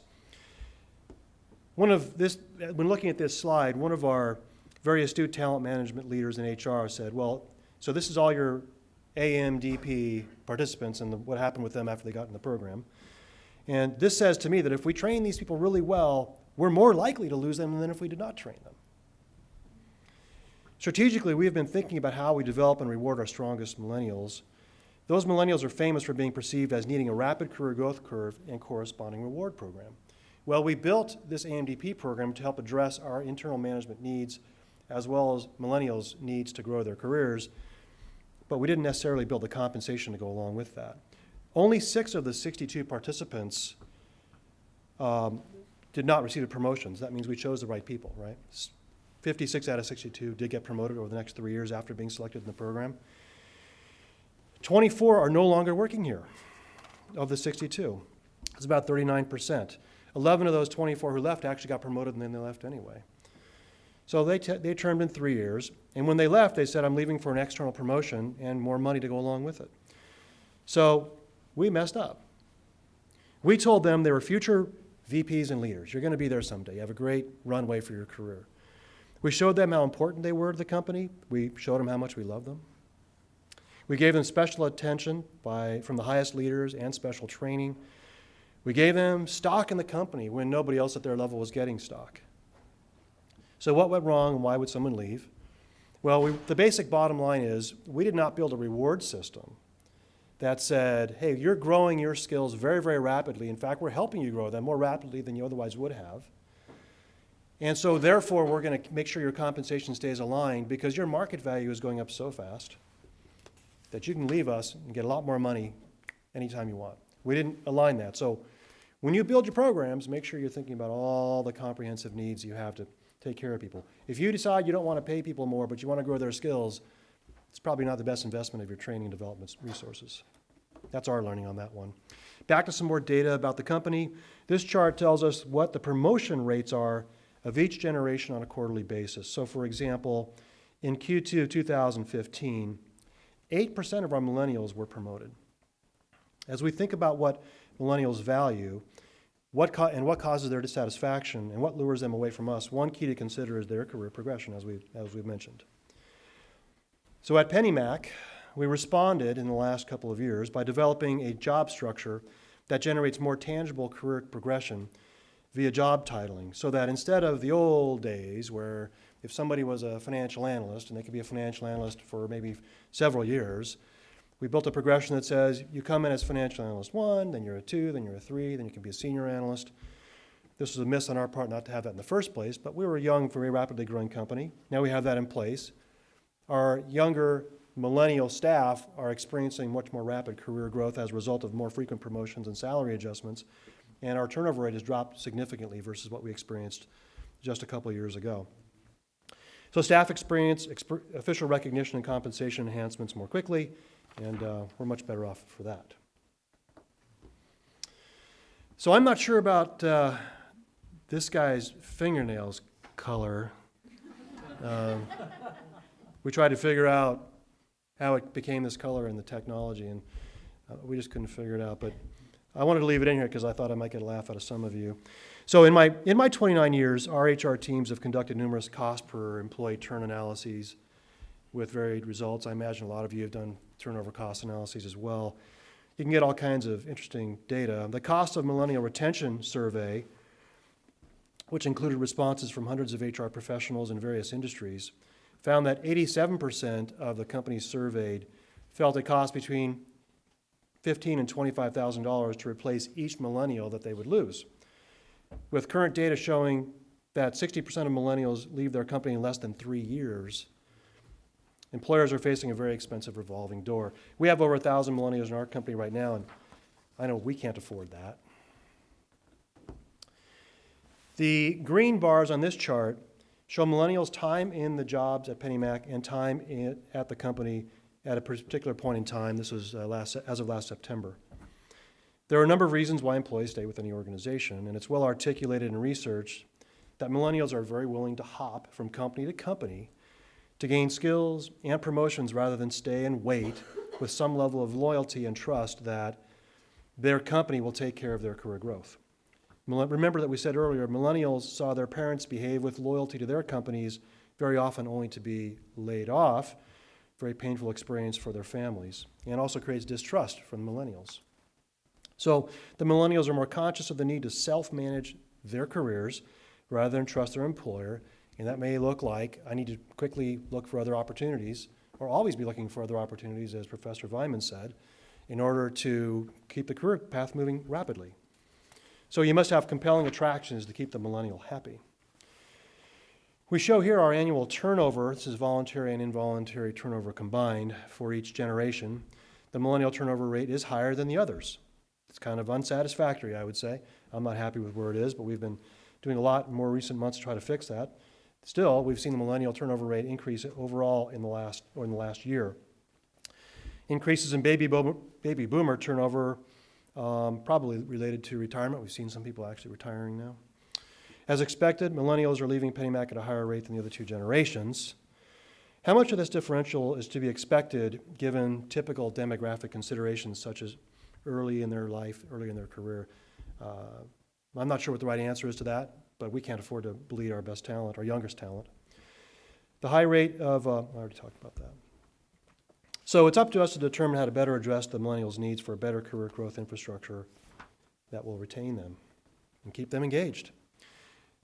Well, another one of our breakout topics today that you may consider joining is, what are some of the reasons millennials and my organization's current leadership may be disconnected?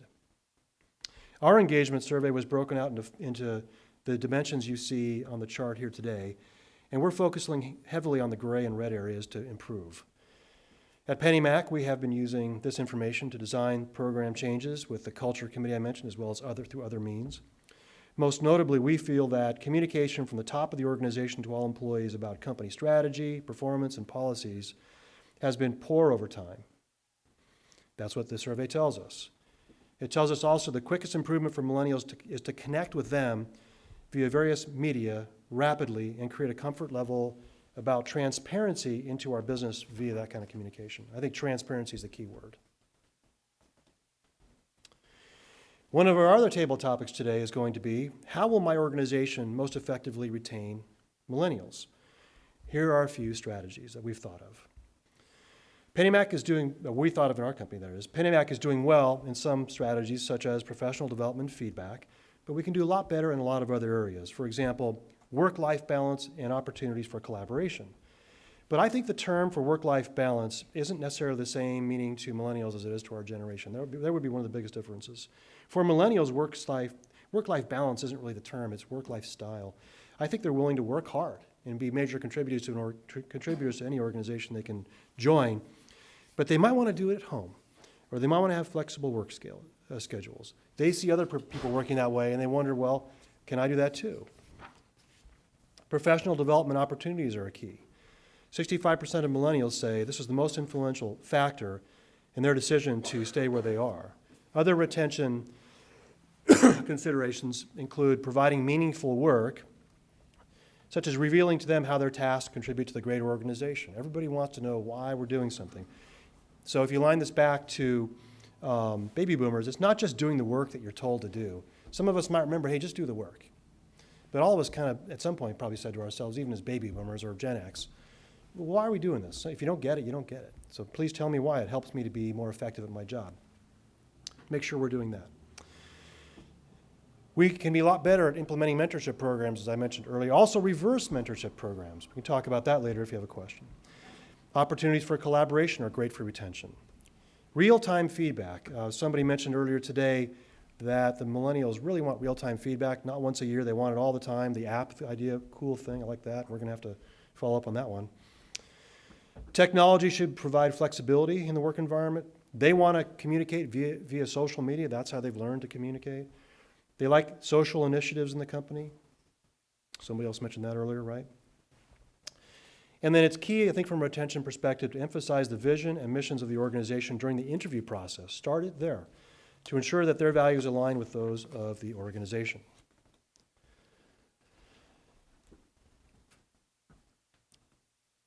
When I first, so one of the people on my team built this slide, I just said, what is this, a pig spewing out people from a faucet?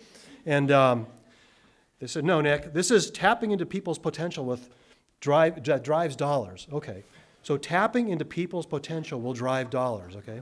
I want you to walk away with that, and then I want you to remember the piggy bank with the faucet and people coming out. You got that? And Stephen Crocker, who did a great job building a lot of the graphics here, part of Candace's team, will be appreciative if you come back here a year from now and you happen to mention this slide. It'll be a great retention thing for him, please. So actually the idea here is that we're transforming from retention, part of our discussion, to heavy focus on culture.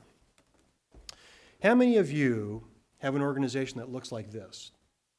Actually, you do, okay, good. Very collaborative, right? You do too, okay, great. So that is the office of the future. Now, that's what all the experts are saying. In our new corporate office we built in Westlake, it looks kind of like this, right? I mean, it kind of does. We don't have cubicle walls. People look right at each other. There's very little space. People complained about it a little bit in the beginning, but I don't hear complaints anymore. Our walls from the offices that are on the outside are all glass, so I can't sit there and pick my nose or whatever I might want to do and on my own. I can't do that kind of stuff because people are looking in and I'm looking back at them. It's a very collaborative environment. So we have a long way to go yet still, overall, most of our companies, and the rest of our offices don't look like this. So be honest with yourselves in asking certain questions. What kind of culture do you have, and what kind of culture do you need to create? What behaviors are rewarded? Could an entry-level employee's recommendation make it to leadership? Do all employees have a voice? If you have not already had this conversation internally, well, the time is probably now. One of our tables today will be to focus on the question, how might my organization change its culture to improve millennials' view of our employment brand? Millennials have spoken, and they say they want to work on teams in a collaborative environment. This is one of the things they're looking for in an employer. Some of today's and by the way, they want to be able to do that and also be able to work from home, right? I want to be a collaborative team member, but I can do it from home. I do it all the time. I've been doing it since I was a little kid. So this is one of the things they're looking for. Some of today's most successful companies build these great ideas around the use of physical and virtual tools to inspire and enable a millennially friendly, collaborative workforce. How many of you in this is a question for you. So how many in this room use Snapchat? Raise your hand. Use Snapchat? Okay, a small minority. I don't. I just did this for instructional purposes. How many use Twitter? You actually use it? Who has a Twitter account? Who has a Twitter? Yeah. Since 2008? Twitter, when was, you're a millennial, yeah. I hope I haven't said anything offensive or anybody else did. So you have your own, so Twitter was founded about probably not much long before that. Yeah, okay. It has not been a good stock investment, by the way, if you invest in someone should buy that. Instagram, who has an Instagram account? Okay, so some of you, you're all ahead of me. All right, cool. So I thought this was a very creative use of technology by the staff who work on the corporate communications and leadership team, right? They did this to appreciate their boss, who's sitting right here, as they created this label and put it on a bottle of wine for Boss's Day. Nobody gave me anything for Boss's Day, I want to tell you, so I guess I'm not as good a boss as Candace is here. But I think it looks like some kind of a Brady Bunch or Hollywood Squares thing. Do you get that one? You do, okay. So, when's the last time you heard Hollywood Squares? Anybody? 1990. All right. So think about how we adapt new cultural tools and approaches and maintain authenticity so that our employees don't think, oh, here comes another new program, right? When you roll out new programs, how do you roll them out so that the employees get excited about it? Does it look like an HR program?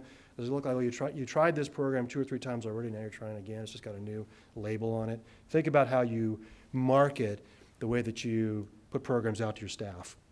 So I'm going to go on a little bit of a soapbox for a minute and express admiration for a particular company, and you can agree or disagree with me on this one.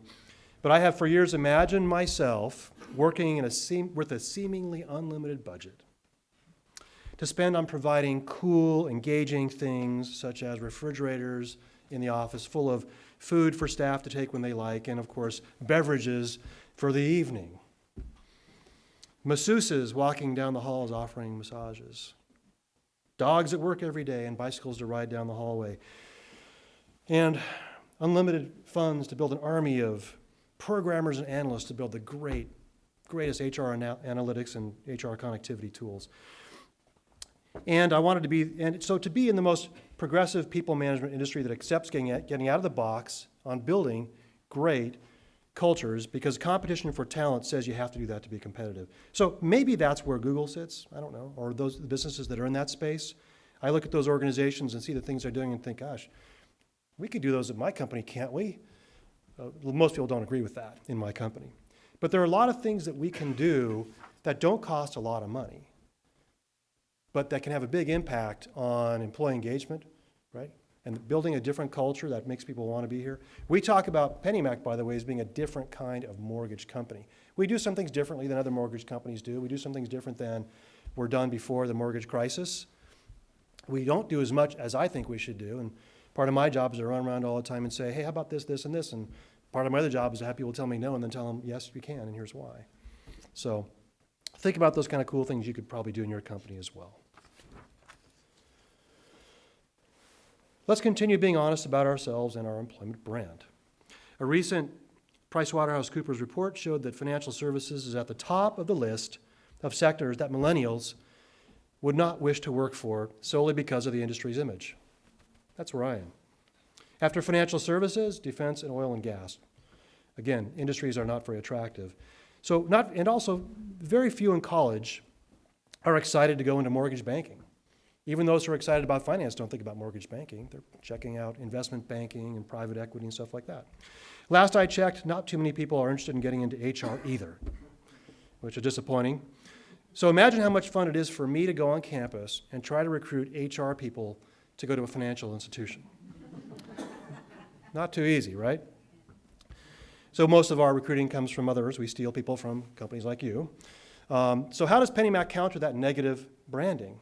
Well, what we are doing is we talk a lot about the excitement of being part of a fast-growing company, which creates fast career growth and knowledge learning, and we talk about how we use technology to compete. We position ourselves as being at the forefront of technology, utilizing web-enabled tools like a cool app to get a loan. Yes, you can actually get a loan by using an app. It's not just online, it's just an app.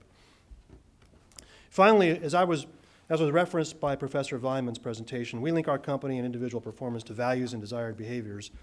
For us, it's ARE, which stands for accountable, reliable, and ethical behavior all day long. And we have that all over the company. We put it everywhere we go. Those are our stated core values. Very simple, ARE.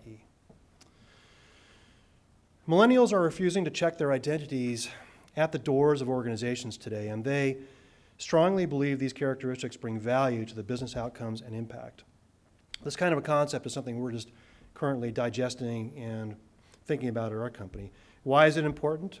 Well, not only because in just 10 years, millennials will comprise nearly 75% of the workforce and don't stay in one position for very long, but compared to older generations, they feel it's unnecessary to downplay their differences in order to get hired and get ahead. Millennials yearn for acceptance of their thoughts and opinions, but compared to older generations, they feel it's unnecessary to downplay their differences in order to get ahead. Millennials are the most diverse generation to date and view diversity as the blending of different backgrounds, experiences, and perspectives within a team, which is known as cognitive diversity. They also use the word of cognitive diversity to describe the combination of these unique traits to overcome challenges and achieve business goals. Millennials view cognitive diversity as a necessary element for innovation, and maybe we can all use that terminology and that approach to help get them more engaged in the company. For millennials, inclusion is the support for a collaborative environment that values open participation from individuals with different ideas and perspectives that have a positive impact on business, and leadership in our company needs to be transparent, communicative, and engaging. This schematic shows how we communicate our approach to diversity and inclusion.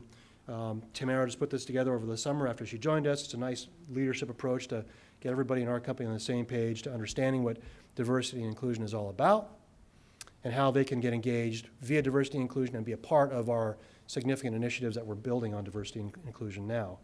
We think it's engaging.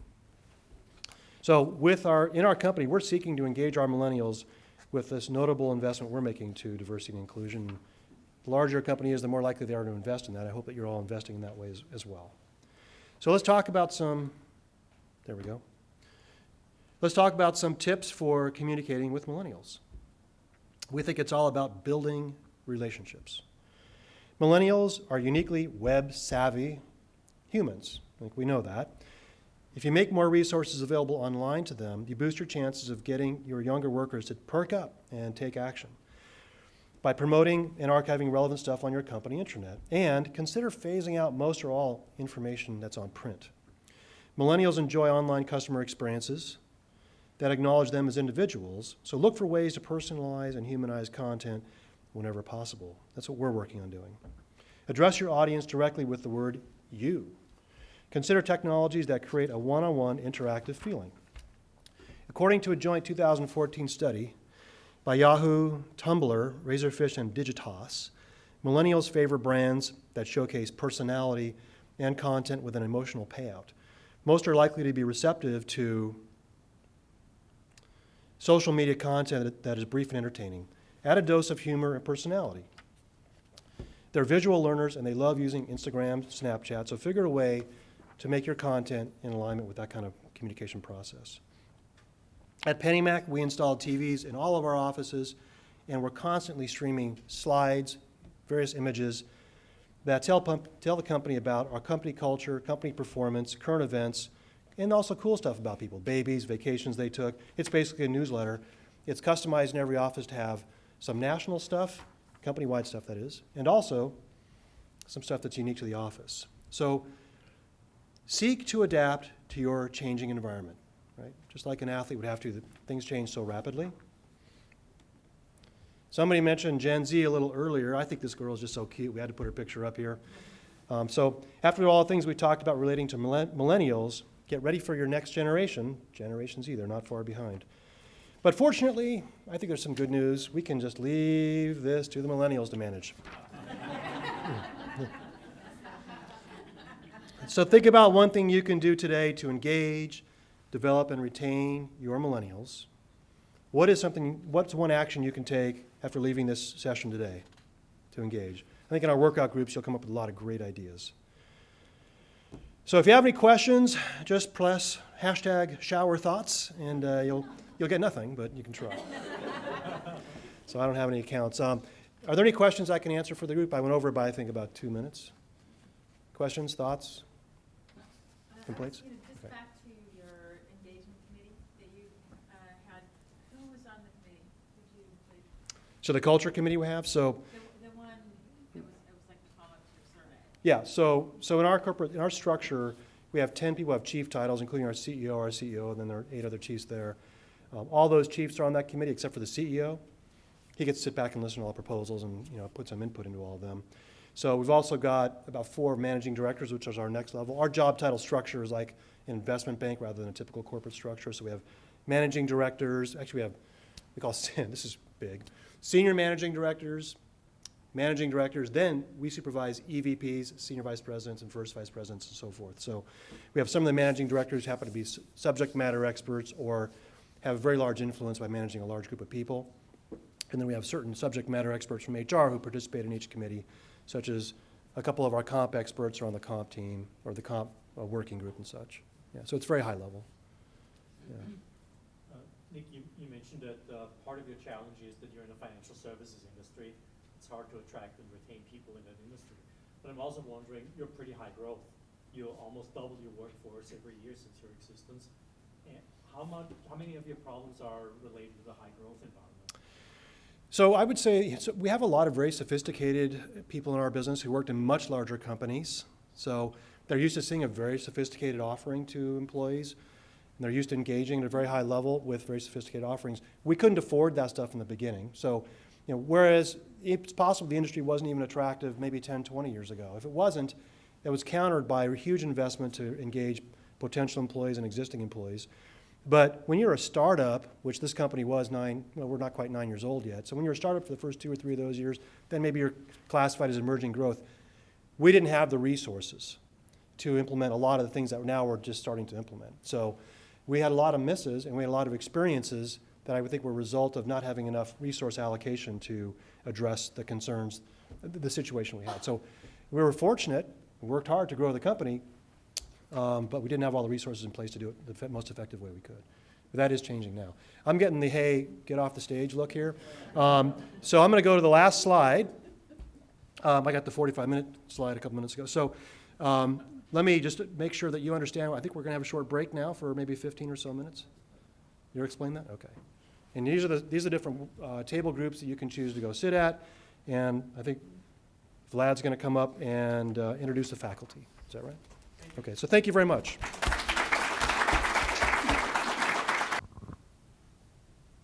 Well, a couple observations. I listened to all the tables talk. The first thing that jumps out to me is all these issues interrelate. It's hard to tackle one issue by itself. They kind of overlap. You start talking about employer brand or culture. You can't have just one thing and it doesn't fix your problem. I think the other thing we have to recognize, this is a real business issue. I think Vlad's numbers, millennials will reach critical mass in our workforce. They're a large enough group where I always think back, you didn't hear that much about Gen X. Well, part of the reason with Gen X is they never got that big relative to the baby boomers. The baby boomers were still the dominant generation and kind of driving a lot of the workforce policies and work rules and kind of conditions. Now the millennial generation is large enough that there's a pretty strong voice, and organizations that aren't addressing this issue will be at a competitive disadvantage. There's just, the facts are out there. So it's great to see everybody here kind of wrestling with this issue. A couple things I can tell you I learned, and it was somewhat painful for us to learn, but at DirectTV, we learned very quickly through a lot of research, a lot of surveying, a lot of outside consultants, that this generation really isn't that dissimilar than many of us. They want the same things out of the workplace we all want. They wanted meaningful work that they can say they had an impact on. They want to grow and develop their skills and develop their capabilities. They want constructive feedback. They want recognition. They want honest coaching. And they want to work with other talented people. And I think almost everybody in this room could probably say they want the same things. I think the difference with this generation is a couple things. From a competitive standpoint, this generation votes with its feet more often. If they don't see that return on investment in that workplace, like they don't think they can grow their skills in that company, they will move on. Where my generation might have hung out a little bit longer and kind of say, I'll trust the system and see what comes. I think the second thing is, as organizations have gotten flatter, there's fewer ways to recognize and promote people. And this is a generation that expects to be recognized and promoted on a very frequent basis. And that puts a real strain on most organizational structures, as well as compensation structures. And I think the other point I would say about this generation that I've seen is that they, I guess I'd say it this way, it's very easy to get distracted by some of the nuances of this generation and apply those negative connotations to their behavior. And this is where I think education, awareness, exposure, and there's lots of ways you can do that in your organization. Someone mentioned reverse mentoring. Someone mentioned employee work groups. We started a Young Professionals Network, which is an employee resource group, which I became the executive sponsor for. And I use that group like a focus group, constantly getting feedback. how they were reading the messages that senior management was communicating, how they were viewing new policies and procedures, how they were viewing our benefits. But there's lots of ways to kind of build that awareness. I mentioned earlier, we actually did training where we trained supervisors about this generation, very similar to the diversity training we did in the 90s around cross-culture. And if you think about generations, it's just a different culture in my mind. But we also trained those millennials on the impact of their behavior and how they were perceived. And again, many of them had no idea that what they were doing was being perceived negatively in the organization. And that wasn't their intent. They didn't want to be perceived negatively. Now, some continued to do whatever they wanted to do, but at least they understood those consequences, which I thought was really important. I guess the one thing I'd say, I heard a lot of talk, I think earlier, I think Nick was talking about like work schedules and flex schedules and dress codes. I mean, those are all important. In fact, I would argue they're almost table stakes today. But I think it's really important in your company to not confuse that noise with the real substantive issues in your company, which to me are typically around performance standards. If you want a high-performing millennial population, being crystal clear on what the standards are for performance and recognizing and rewarding people for achieving that performance, to me that is the arbitrator of most problems. And most organizations struggle with that. Organizations I've always struggled with. What is the clear meritocracy? So I would say if you're going to invest anywhere, I would invest in getting crystal clear on what are the standards of performance and the ability to communicate around those standards. I guess the last thing I'd say about culture, because culture, there's a lot of things you can do for culture. I mean, we changed the organizations we were involved with from a corporate citizenship standpoint.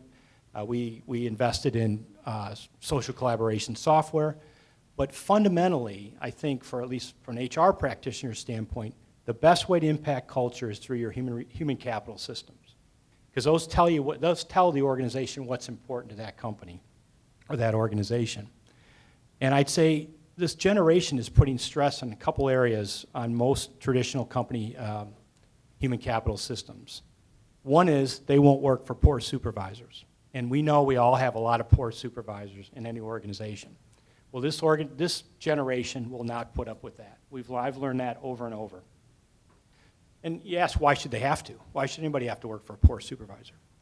Second, they do expect reward and recognition faster and more frequently. And I think we just have to come to grips with that and figure out organizational systems that support that. And third, this is a generation that values developmental assignments, values building their personal skill portfolio. And so most organizations that want to do that, to me, this is a windfall. The only difference is I think we have to be better at explaining to that employee what's in it for them if they take that developmental assignment. It can't just benefit the company. It has to benefit that employee. And I think that's a place that's relatively easy to address. You just have to put some discipline around it. So I'd leave you with this thought. I think this is it's not a simple issue, but it can be a very targeted issue that can be resolved. And I'd say if I was going to suggest anything, I'd do three things. One, I'd invest in awareness training, especially for my senior management, because this is a legitimate business issue. I'd invest in awareness training and break down those barriers. I would weed out poor supervisors. They're killing us. And then I would retool my human capital systems to get very clear on what are the performance standards and make sure that I'm rewarding and recognizing the best employees at the fastest rate, because those are the people you want to stay with you. And I think those are hard to do, but if you can do those, I think it'll have a huge impact on your millennial population. Thank you very much, Joe. Thank you. Primo, please. Thank you. The conversations were absolutely informative for me. I left NBC Universal in July, as I mentioned earlier, and millennials were clearly something that were on our radar. We had to make some changes here at the facilities in Universal City, and one of those was in the area of attraction, which there was a lot of discussion around today. The first thing we had to look at really was our websites. Our websites for recruiting were absolutely out of date, and we heard it in the interviews, and we used that feedback to update websites because we understood the role of social media and communicating with this particular population. The other thing that was very effective was making sure we had faces in the places, meaning that when we went out on college recruitment trips to UCLA, any of the other colleges, millennials were present on the team, there to talk about their experience at NBC Universal, what it's like to work there, why they work there, and what's keeping them there. So that was a huge, important component of our talent management and our attraction. In terms of development, and it was said really well here by Joe, is this issue of mentoring. We really worked with our supervisors to get them to transition from the boss to the coach. And that autocratic, do this, do that for me, didn't work for us. And so we had to sit down and go through training on what is the new success profile for a supervisor in the organization. And what better way to do that than to look at coaches, successful coaches on sports teams. How do they galvanize a team around initiatives? How do they reach out and get their messages? There was a lot of parallels there that we could use. The other thing with talent management was the power of the employee engagement survey, and I did hear today that several of you conduct those every year. One of our problems was the organization, depending who owned us, wanted to do it every year, and we would say, well, a year is not enough time to implement a system or a procedure or get a response in place. I mean, we wanted to manage the expectation, obviously. We asked these questions in the survey. So as a little side point, we started staggering 3 to 5 years and then circle back. This issue of the importance of the engagement survey is really important because you have a chance to take the issues, break them down to focus groups within the millennial, within the general population, and find out what the drivers are of turnover, attraction, motivation, and drive. And I can't hire for motivation and drive. You either come through my door with that or you don't. And so it's really hard to find those individuals, but you want to know what keeps those individuals engaged.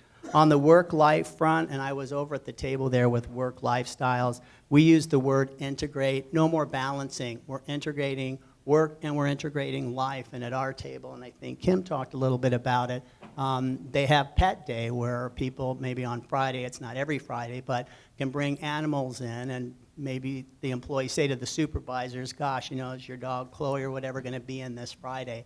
That seemed really odd to me the first time I heard that. But then I thought, you know what you're doing here is you're actually bringing part of your personal life into the workplace and integrating the two. And if they have, you know, family Fridays where I share what my family did over the weekend, pictures and things, then I'm inviting that portion of my personal life into the workplace, and I'm inherently changing the communication, the structure, and the culture of the workplace. I still wrestle with that kind of a concept. The whole assistive animals for a minute was really difficult at work when people wanted to bring their dogs in, and then we had those people who were very afraid of dogs, had bad experience with dogs, allergies with dogs, but then my executive needed to have the comfort dog in the office. And then one of my staff said, well, you just hired me from Amazon. We have offices there that are equipped to handle dogs. People bring their animals into work. I don't understand. What's the issue?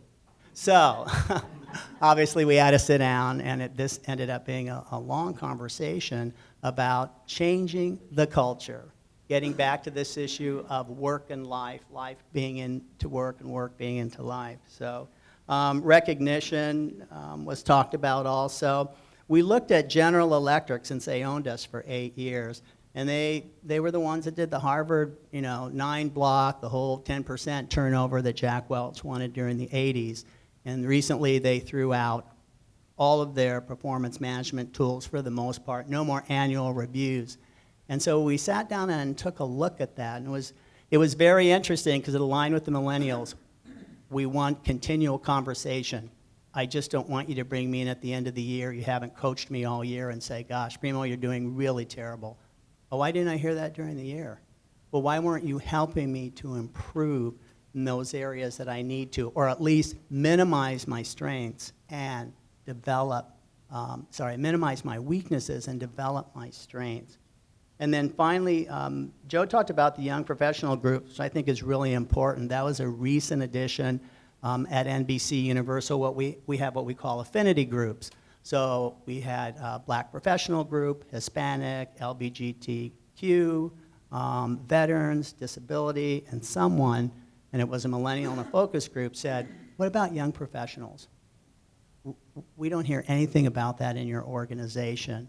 So we went back to the engagement surveys, and sure enough, that issue came up in the focus groups and on the general responses for the survey.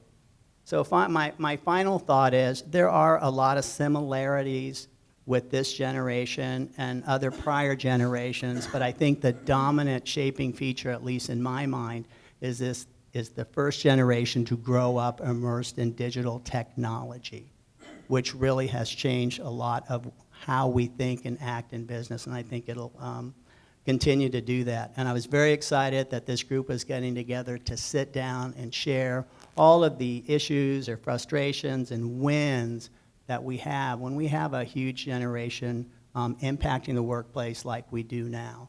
And I was telling my daughter, who's 29, the other day, I said, you know, when I was growing up, it was the long-haired hippie freaks, and they were going to go on to Wall Street, and oh my gosh, what's going to happen when they get there with their hair? It was very interesting. There was a lot of conformity that took place at that time.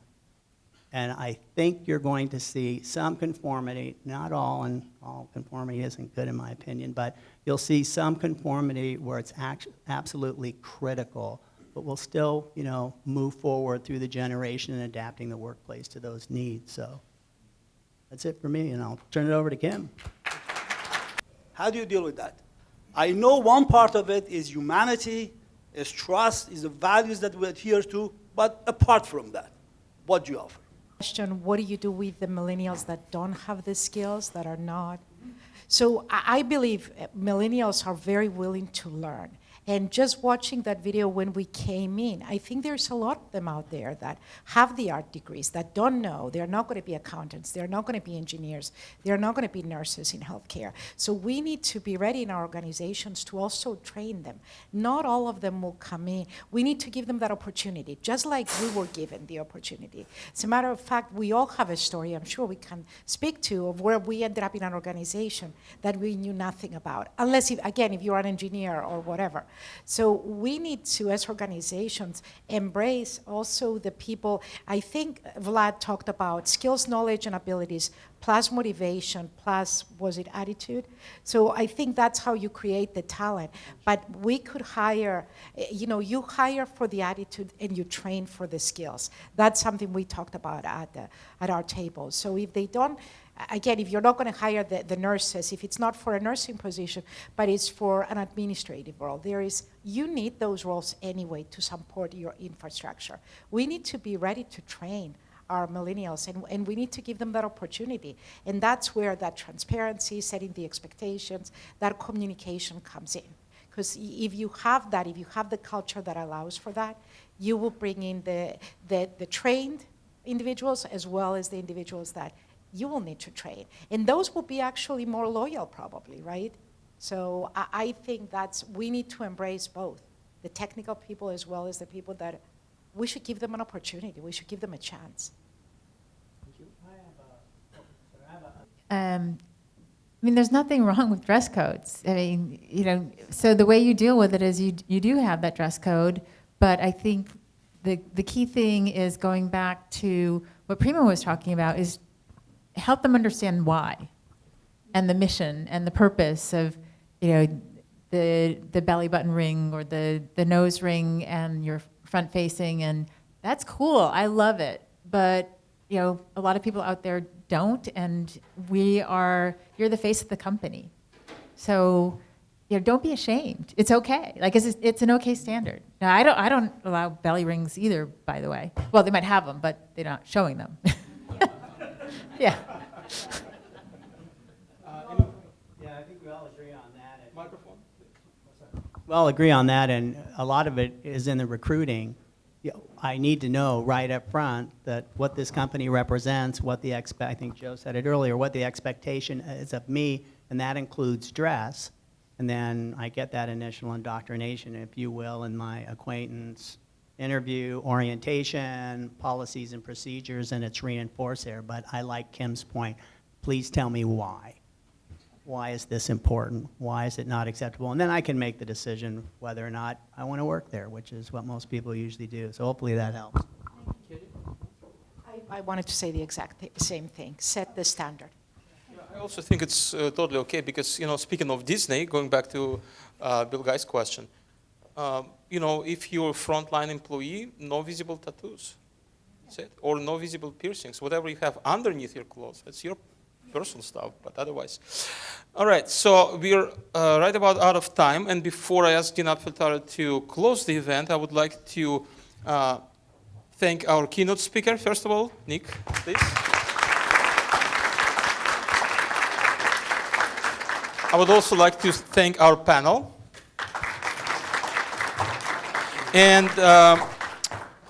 first of all, of course, on my own behalf, I would like to tell you thank you for coming. The main idea behind today's event was to start building a community. And as you know, it does take time to build one. A community of people interested in talent management. We wanted to keep it relatively small, under 40 people, and we have been able to accomplish that, highly selective group. Because otherwise, if you have 100, 150, 200 people, you will not be able to have this, conversation. It would be too much of a group. So to help us in building this community, I would like to ask you to do me a favor. In your packets, there's a questionnaire. There's one piece of paper, printed on both sides. Please fill this questionnaire out, and also at the bottom, answer 2 more very short questions, ladies and gentlemen. Very short questions. First question, how often do you think we should have similar talent management events? And second, what are the topics that you would like to discuss at future upcoming events? Okay, so again, fill this out, the whole questionnaire, and then answer these 2 questions. How often do you think we should have similar talent management events, and what are the topics you would like to discuss at upcoming events? Give those questionnaires to me, filled out questionnaires, and then I'll give you a coupon for buffet. All right, but of course it's a joke. You don't get to it before you give it to me anyway. Now, again, thank you on my own behalf, and right now, Professor Gerhard Apfelthaler. I work with millennials day in and day out, and I actually believe that there is a lot of good that will come from that generation. They will help us to transform organizations so that it helps us to face an environment that is fast-paced and changing to, we don't know what it'll change into, but it's the millennials and the next generation that are going to help us to shape our organizations and be able to compete. So I only get to say thank you to our panelists, of course, and our keynote speakers, Nick Shauer, Kim Congdon, Primo Custodio, Joe Bosch, and Kety. And of course, also thank you to Vlad, who worked tirelessly to make this event happen. Hopefully only the first in a long series of growing events. So thank you to Vlad as well. And thank you to all of you who have been generous with your time this morning. And let me just close the event by inviting you to lunch and distribute the gifts to our panelists and speakers. Thank you. And the conversations, of course, will continue over lunch. Thank you very much for being here. Thanks.